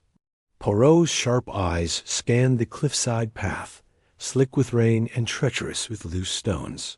He had followed Reed from the village, tracking his erratic flight after Lady Evelyn's revelation that the historian was once a cult member. Was Reed a savior, as he claimed, or a puppet master pulling strings Poirot had yet to see? A crack of thunder shook the earth, and Poirot steadied himself against a gnarled tree, its roots exposed by years of erosion. The air was thick with salt, and the metallic tongue of ozone, the storm's energy crackling around him. He moved forward, his polished shoes slipping on the wet stone, each step a calculated risk. The tower's entrance was a black maw, its wooden door long rotted away, leaving only a gaping wound in the stone. Poirot paused, his breath visible in the cold, his mustache twitching as he assessed the darkness within. "Dr. Reed," he called, his voice sharp but nearly drowned by the wind. "You cannot run forever, mon ami. The truth, it waits for no man." No answer came, only the howl of the storm and the distant crash of waves. Poirot's hand slipped into his coat, fingers brushing the silver cigarette case he carried not for smoking, but for its reassuring weight. He stepped into the tower, the air inside damp and heavy, smelling of mildew and something sweeter decay, perhaps, or the residue of some forgotten ritual. Lightning flashed, casting jagged shadows across the interior, revealing a spiral staircase that descended into the cliff itself. Poirot's mind raced, piecing together fragments. Clara's journal had spoken of a vault, the amulet a key to its secrets. The cult's ritual, timed to the eclipse, aimed to unleash some power or conceal some crime. Reed's role was the pivot. A man who knew the cult's history, who claimed to protect Clara, yet fled when confronted. Poirot's lips tightened. The guilty, they run, he murmured, but the innocent, they hide. He descended the stairs, each step creaking under his weight, the stone worn smooth by centuries of use. The walls were etched with symbol spirals, eyes and strange, angular runes that matched Clara's sketches. The air grew colder, the sound of the storm muffled as he sank deeper into the cliff. At the base of the stairs, a narrow passage opened into a chamber, its ceiling low and dripping with moisture. A single lantern flickered on the floor, casting a sickly yellow glow. There, slumped against the wall, was Dr. Malcolm Reed. His coat was torn, his face pale and streaked with mud, his eyes wide with a mix of fear and defiance. Beside him, a heavy iron door, rusted but solid, stood slightly ajar, revealing a glimpse of a stone cellar beyond. Poirot's heart quickened. "Clara." "Monsieur Reed," Poirot said, his voice calm but carrying an edge of steel. "You have led me on a merry chase, but the game, it ends here. Where is Mademoiselle Clara?" Reed's breath hitched, his hands trembling as he pushed himself upright. "Poirot, you don't understand. They'll kill her if they find her. I had no choice." "No choice?" Poirot's eyes narrowed, his mustache a stern line. "You, who knew the cult's secrets, who met Clara in secret, who fled when the truth grew near. Explain vite, or I shall assume the worst." Reed's gaze darted to the iron door, then back to Poirot. "She's in there," he whispered, his voice barely audible over the storm's muffled roar. "I hid her in the cellar. The cult, they want her blood, Poirot. The amulet is a key, yes, but it's her knowledge they fear. She found their ledger, proof of their crimes, blackmail, murder, stretching back decades." Poirot's mind clicked, connections forming. "The vault," he said softly. "It is here, beneath the widow's spire, and Clara, she holds the key to its exposure." Reed nodded, his face crumpling. "I was one of them, years ago. I left. When I saw what they did, what they planned, Clara came to me, asking about the amulet. I tried to warn her, but she dug too deep. When they came for her, I brought her here, this place. It's older than the village, a sanctuary for their rituals. But it's safe, for now." Poirot stepped toward the iron door, his movements deliberate. "For now is not enough, monsieur. Show me." Reed hesitated, then pushed the door open, its hinges screaming in protest. The cellar was small, its walls rough-hewn stone, its air thick with the scent of damp earth. In the corner, curled on a pile of blankets, was Clara Harrow. Her auburn hair was matted, her dress torn, but her eyes sharp and defiant met Poirot's with a spark of recognition. "She was alive, Monsieur Poirot," she said, her voice hoarse but steady. "You took your time." Poirot's lips curved, a rare smile breaking his composure. "Mademoiselle, the little gray cells, they work at their own pace, but they do not fail. Are you unharmed?" Clara pushed herself up, wincing. "Bruised, but whole. Malcolm saved me, though I didn't trust him at first. He's right thee. Cult wants me dead." I found their ledger in the crypt, hidden behind a false stone. It names names, dates, payments. They've controlled this village for generations. Poirot's eyes gleamed. And the amulet? Clara reached into her pocket, producing the small, gleaming relic. Its surface was etched with the same runes as the walls, its edges worn but sharp. "It's not cursed," she said. "That's a lie to keep people away. It's a key, literally. The vault is here, under the tower. The ledger's inside, but so is something else they're desperate to protect." Before Poirot could respond, a sound echoed from above, a heavy thud, followed by the scrape of boots on stone. Reed's face paled. "They've found us," he whispered. "The cult. They must have followed you." Poirot's mind raced, assessing the chamber. One entrance, one exit. The storm would mask their movements, but the cult was close. There. Numbers unknown. He turned to Clara, his voice low and urgent. "Mademoiselle, can you walk?" She nodded, gripping the amulet tightly. "I can run if I have to. On." Poirot turned to Reed. "Monsieur, you will lead us to the vault. If it is here, we must secure the ledger before they reach us." "Vite." Reed hesitated, then nodded, scrambling to his feet. He pushed past. The iron door leading them deeper into the cellar, where a second smaller door was set into the wall, its surface covered in the same runes. Clara pressed the amulet into a carved slot, and with a groan, the door shifted, revealing a narrow tunnel. The air within was colder, heavier, carrying the weight of centuries. They moved quickly, the lantern's light bouncing off the tunnel's walls, which were lined with alcoves containing ancient urns and faded tapestries. Poirot's mind catalogued. Each detail, the symbols, the dust, the faint scratches on the floor, suggesting recent use. The cult had been here, perhaps hours ago, preparing for their ritual. The tunnel opened into a circular chamber, its ceiling domed and etched with a massive spiral. At its center stood a stone pedestal, and on it a heavy leather-bound book, the ledger. Clara rushed forward, but Poirot grabbed her arm, his eyes scanning the shadows. "Careful, mademoiselle. The hunter does not leave his prize unguarded." If on cue, a figure stepped from an alcove, cloaked and hooded, a dagger glinting in their hand. Poirot recognized the silver-clasped the leader from the midnight gathering. Her voice, cold and commanding, cut through the chamber. "You've gone far enough, Poirot. The ledger stays here. Clara, give me the amulet." Clara clutched the relic, stepping back. "You'll have to kill me first, Margaret." Poirot's eyebrow arched. "Margaret? Madame Grayson, I presume?" The hood fell back, revealing Mrs. Grayson's angular face, her eyes burning with a calm. "Zealots fire. You're clever, Poirot, but too late.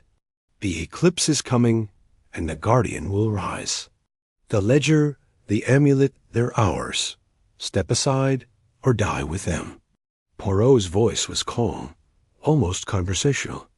"Madame, you mistake me for a man who bargains with fanatics. Your cult is a house of cards, and I, Hercule Poirot, will see it fall." Mrs. Grayson lunged, her dagger flashing, but Poirot was ready. He sidestepped, his cigarette case deflecting the blade with a sharp clang.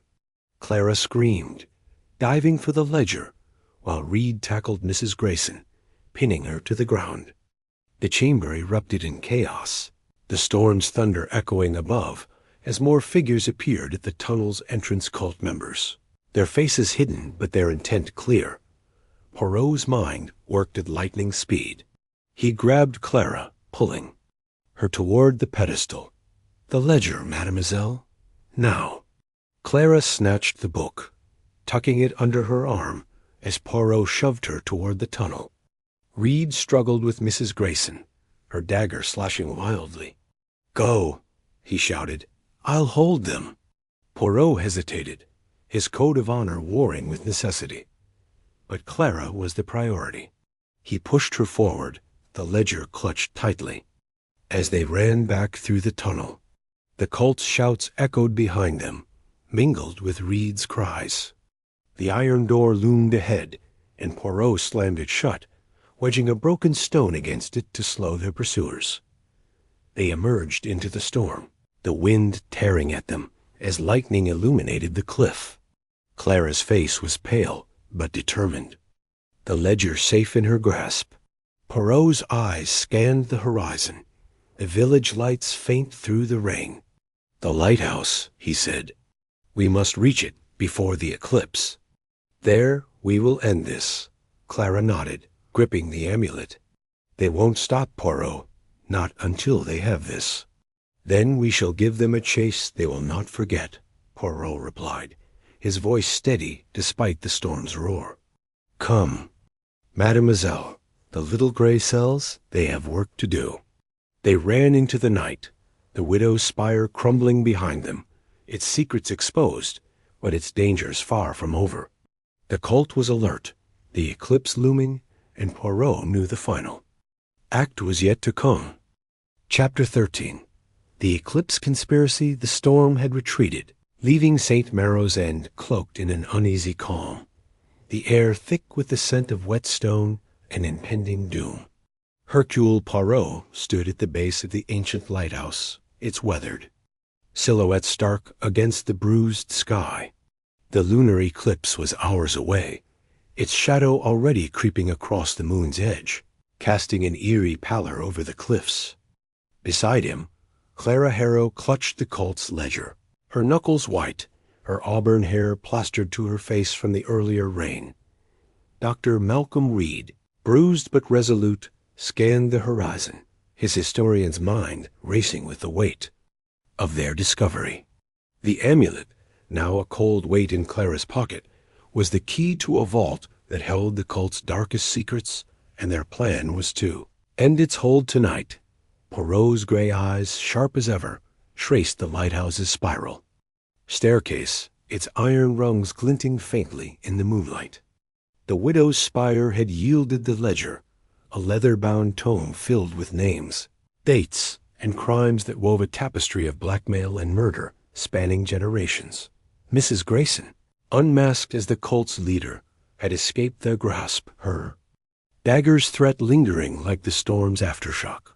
The cult was closing in, their ritual timed to the eclipse, and Poirot knew the lighthouse was their stage for a final, desperate act. "We have little time, mademoiselle," Poirot said, his voice steady despite the tension coiling in his chest.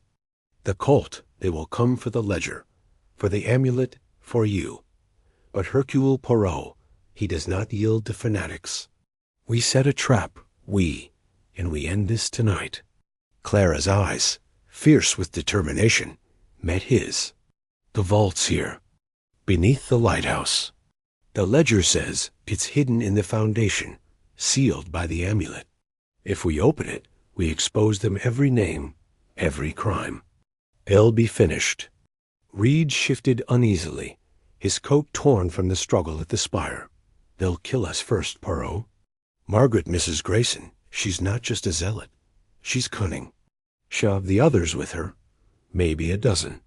And that hound—" His voice trailed off, the memory of the beast's growl still raw.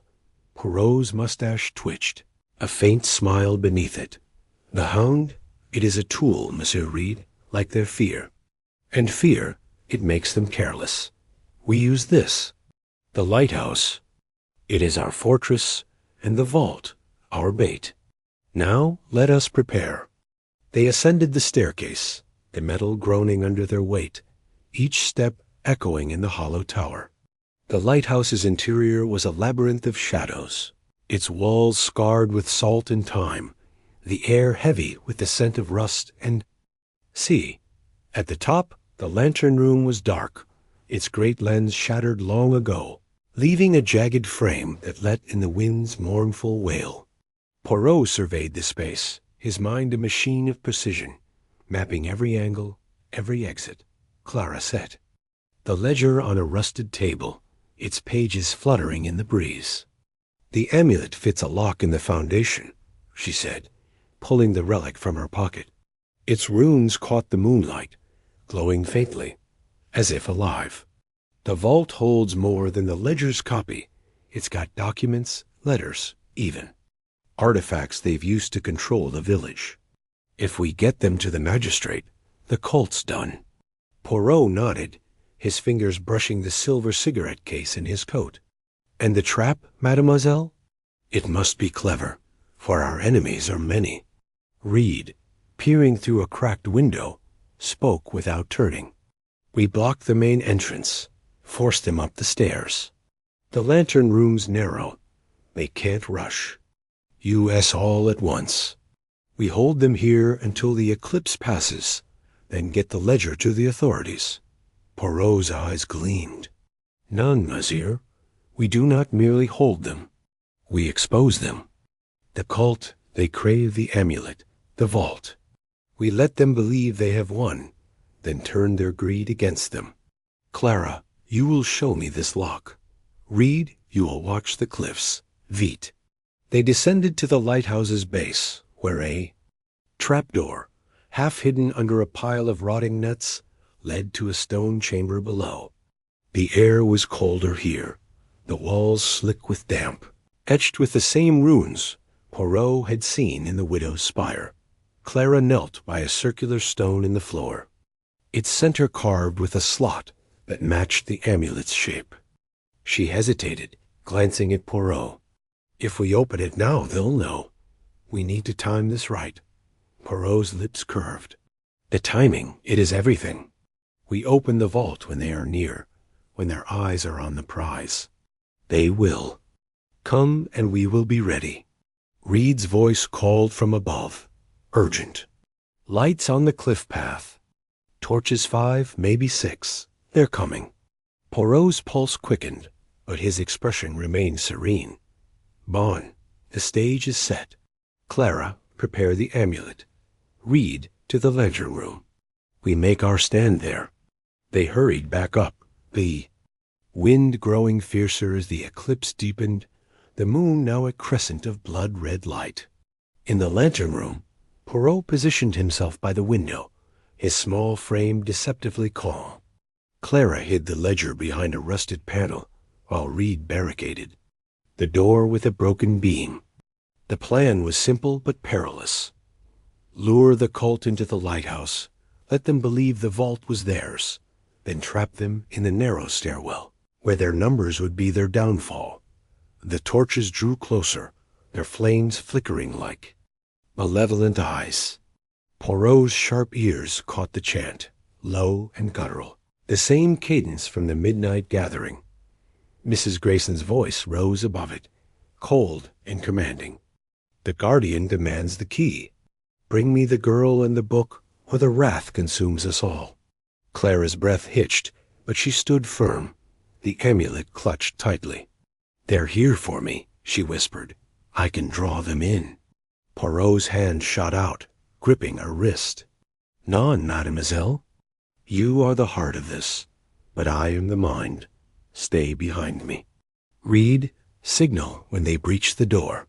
The lighthouse shook as a heavy blow struck the entrance below, wood splintering under force. Reed peered down the stairwell, his face pale. They're inside. 8 of them, maybe more. And the houndits with them? Poirot's mind raced, calculating. The hound was a wild card, but the colt's fanaticism was their weakness. He turned to Clara. The amulet, mademoiselle. Place it in the lock, but do not turn it. Let them see it, let them believe. Clara nodded, descending to the trapdoor.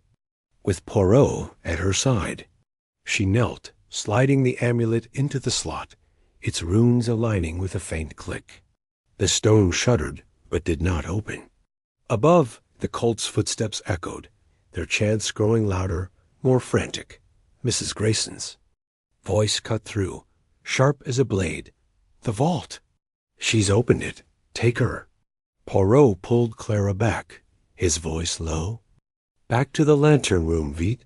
The trap is set. They raced up the stairs, Reed slamming the door behind them. The lantern room was a fortress of shadows, the wind howling through the broken lens. Poirot positioned himself by the stairwell, his cigarette case ready, while Clara and Reed crouched behind the table. The colt's footsteps grew closer, the hound's growl a low rumble that vibrated through the floor. The door burst open, and Mrs. Grayson stormed in, her cloak billowing, her eyes blazing with zeal. Behind her, hooded figures crowded the stairwell, their daggers glinting. The hound, a massive beast with eyes like coals, snarled at her side. "Poirot," she spat, "you meddle in forces you cannot comprehend. Give me the amulet, the ledger, and the girl, and you may leave this place alive." Poirot's smile was cold, his voice steady. "Madame Grayson, you mistake me for a man who fears shadows. The amulet is below. The vault waits, but you will find no victory here. Your cult, it crumbles under the weight of its own lies." Mrs. Grayson's face twisted, and she lunged, her dagger aimed at Poirot's heart. He sidestepped, his cigarette case deflecting the blade with a sharp clang, sending it skittering across the floor. Clara screamed, grabbing the ledger and bolting for the window, while Reed tackled a cultist who rushed forward. The hound leaped, its jaws snapping, but Poirot was faster, kicking a rusted gear at its paws. Tripping it, the lantern room erupted in chaos, the cultists pouring in, their numbers overwhelming the narrow space. Poirot's mind was a whirlwind of precision, directing Clara to the stairwell's edge. "The trapdoor," he shouted. "Open the vault." Clara dove down the stairs, the ledger under her arm. As Poirot and Reed fought to hold the cultists back, Mrs. Grayson's voice rose, a scream of rage.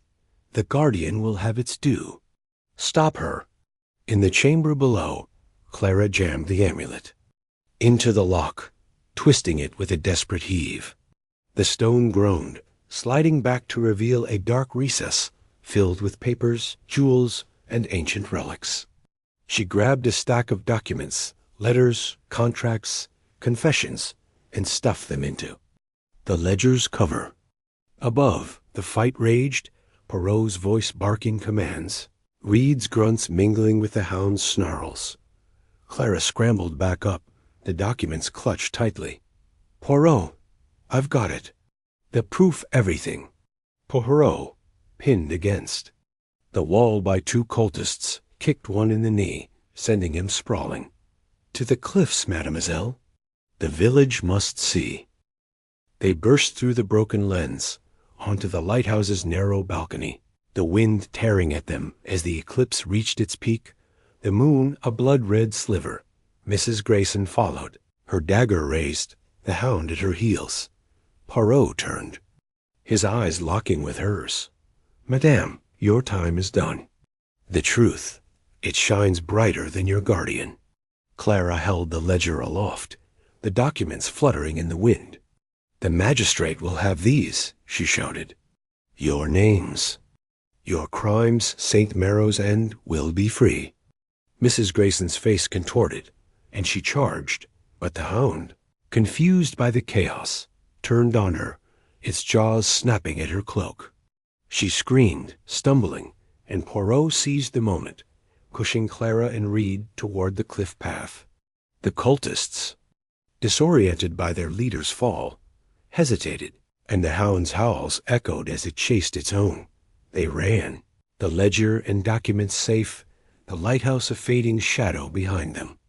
The eclipse began to wane, the moon's light returning, casting a silver glow over the village below.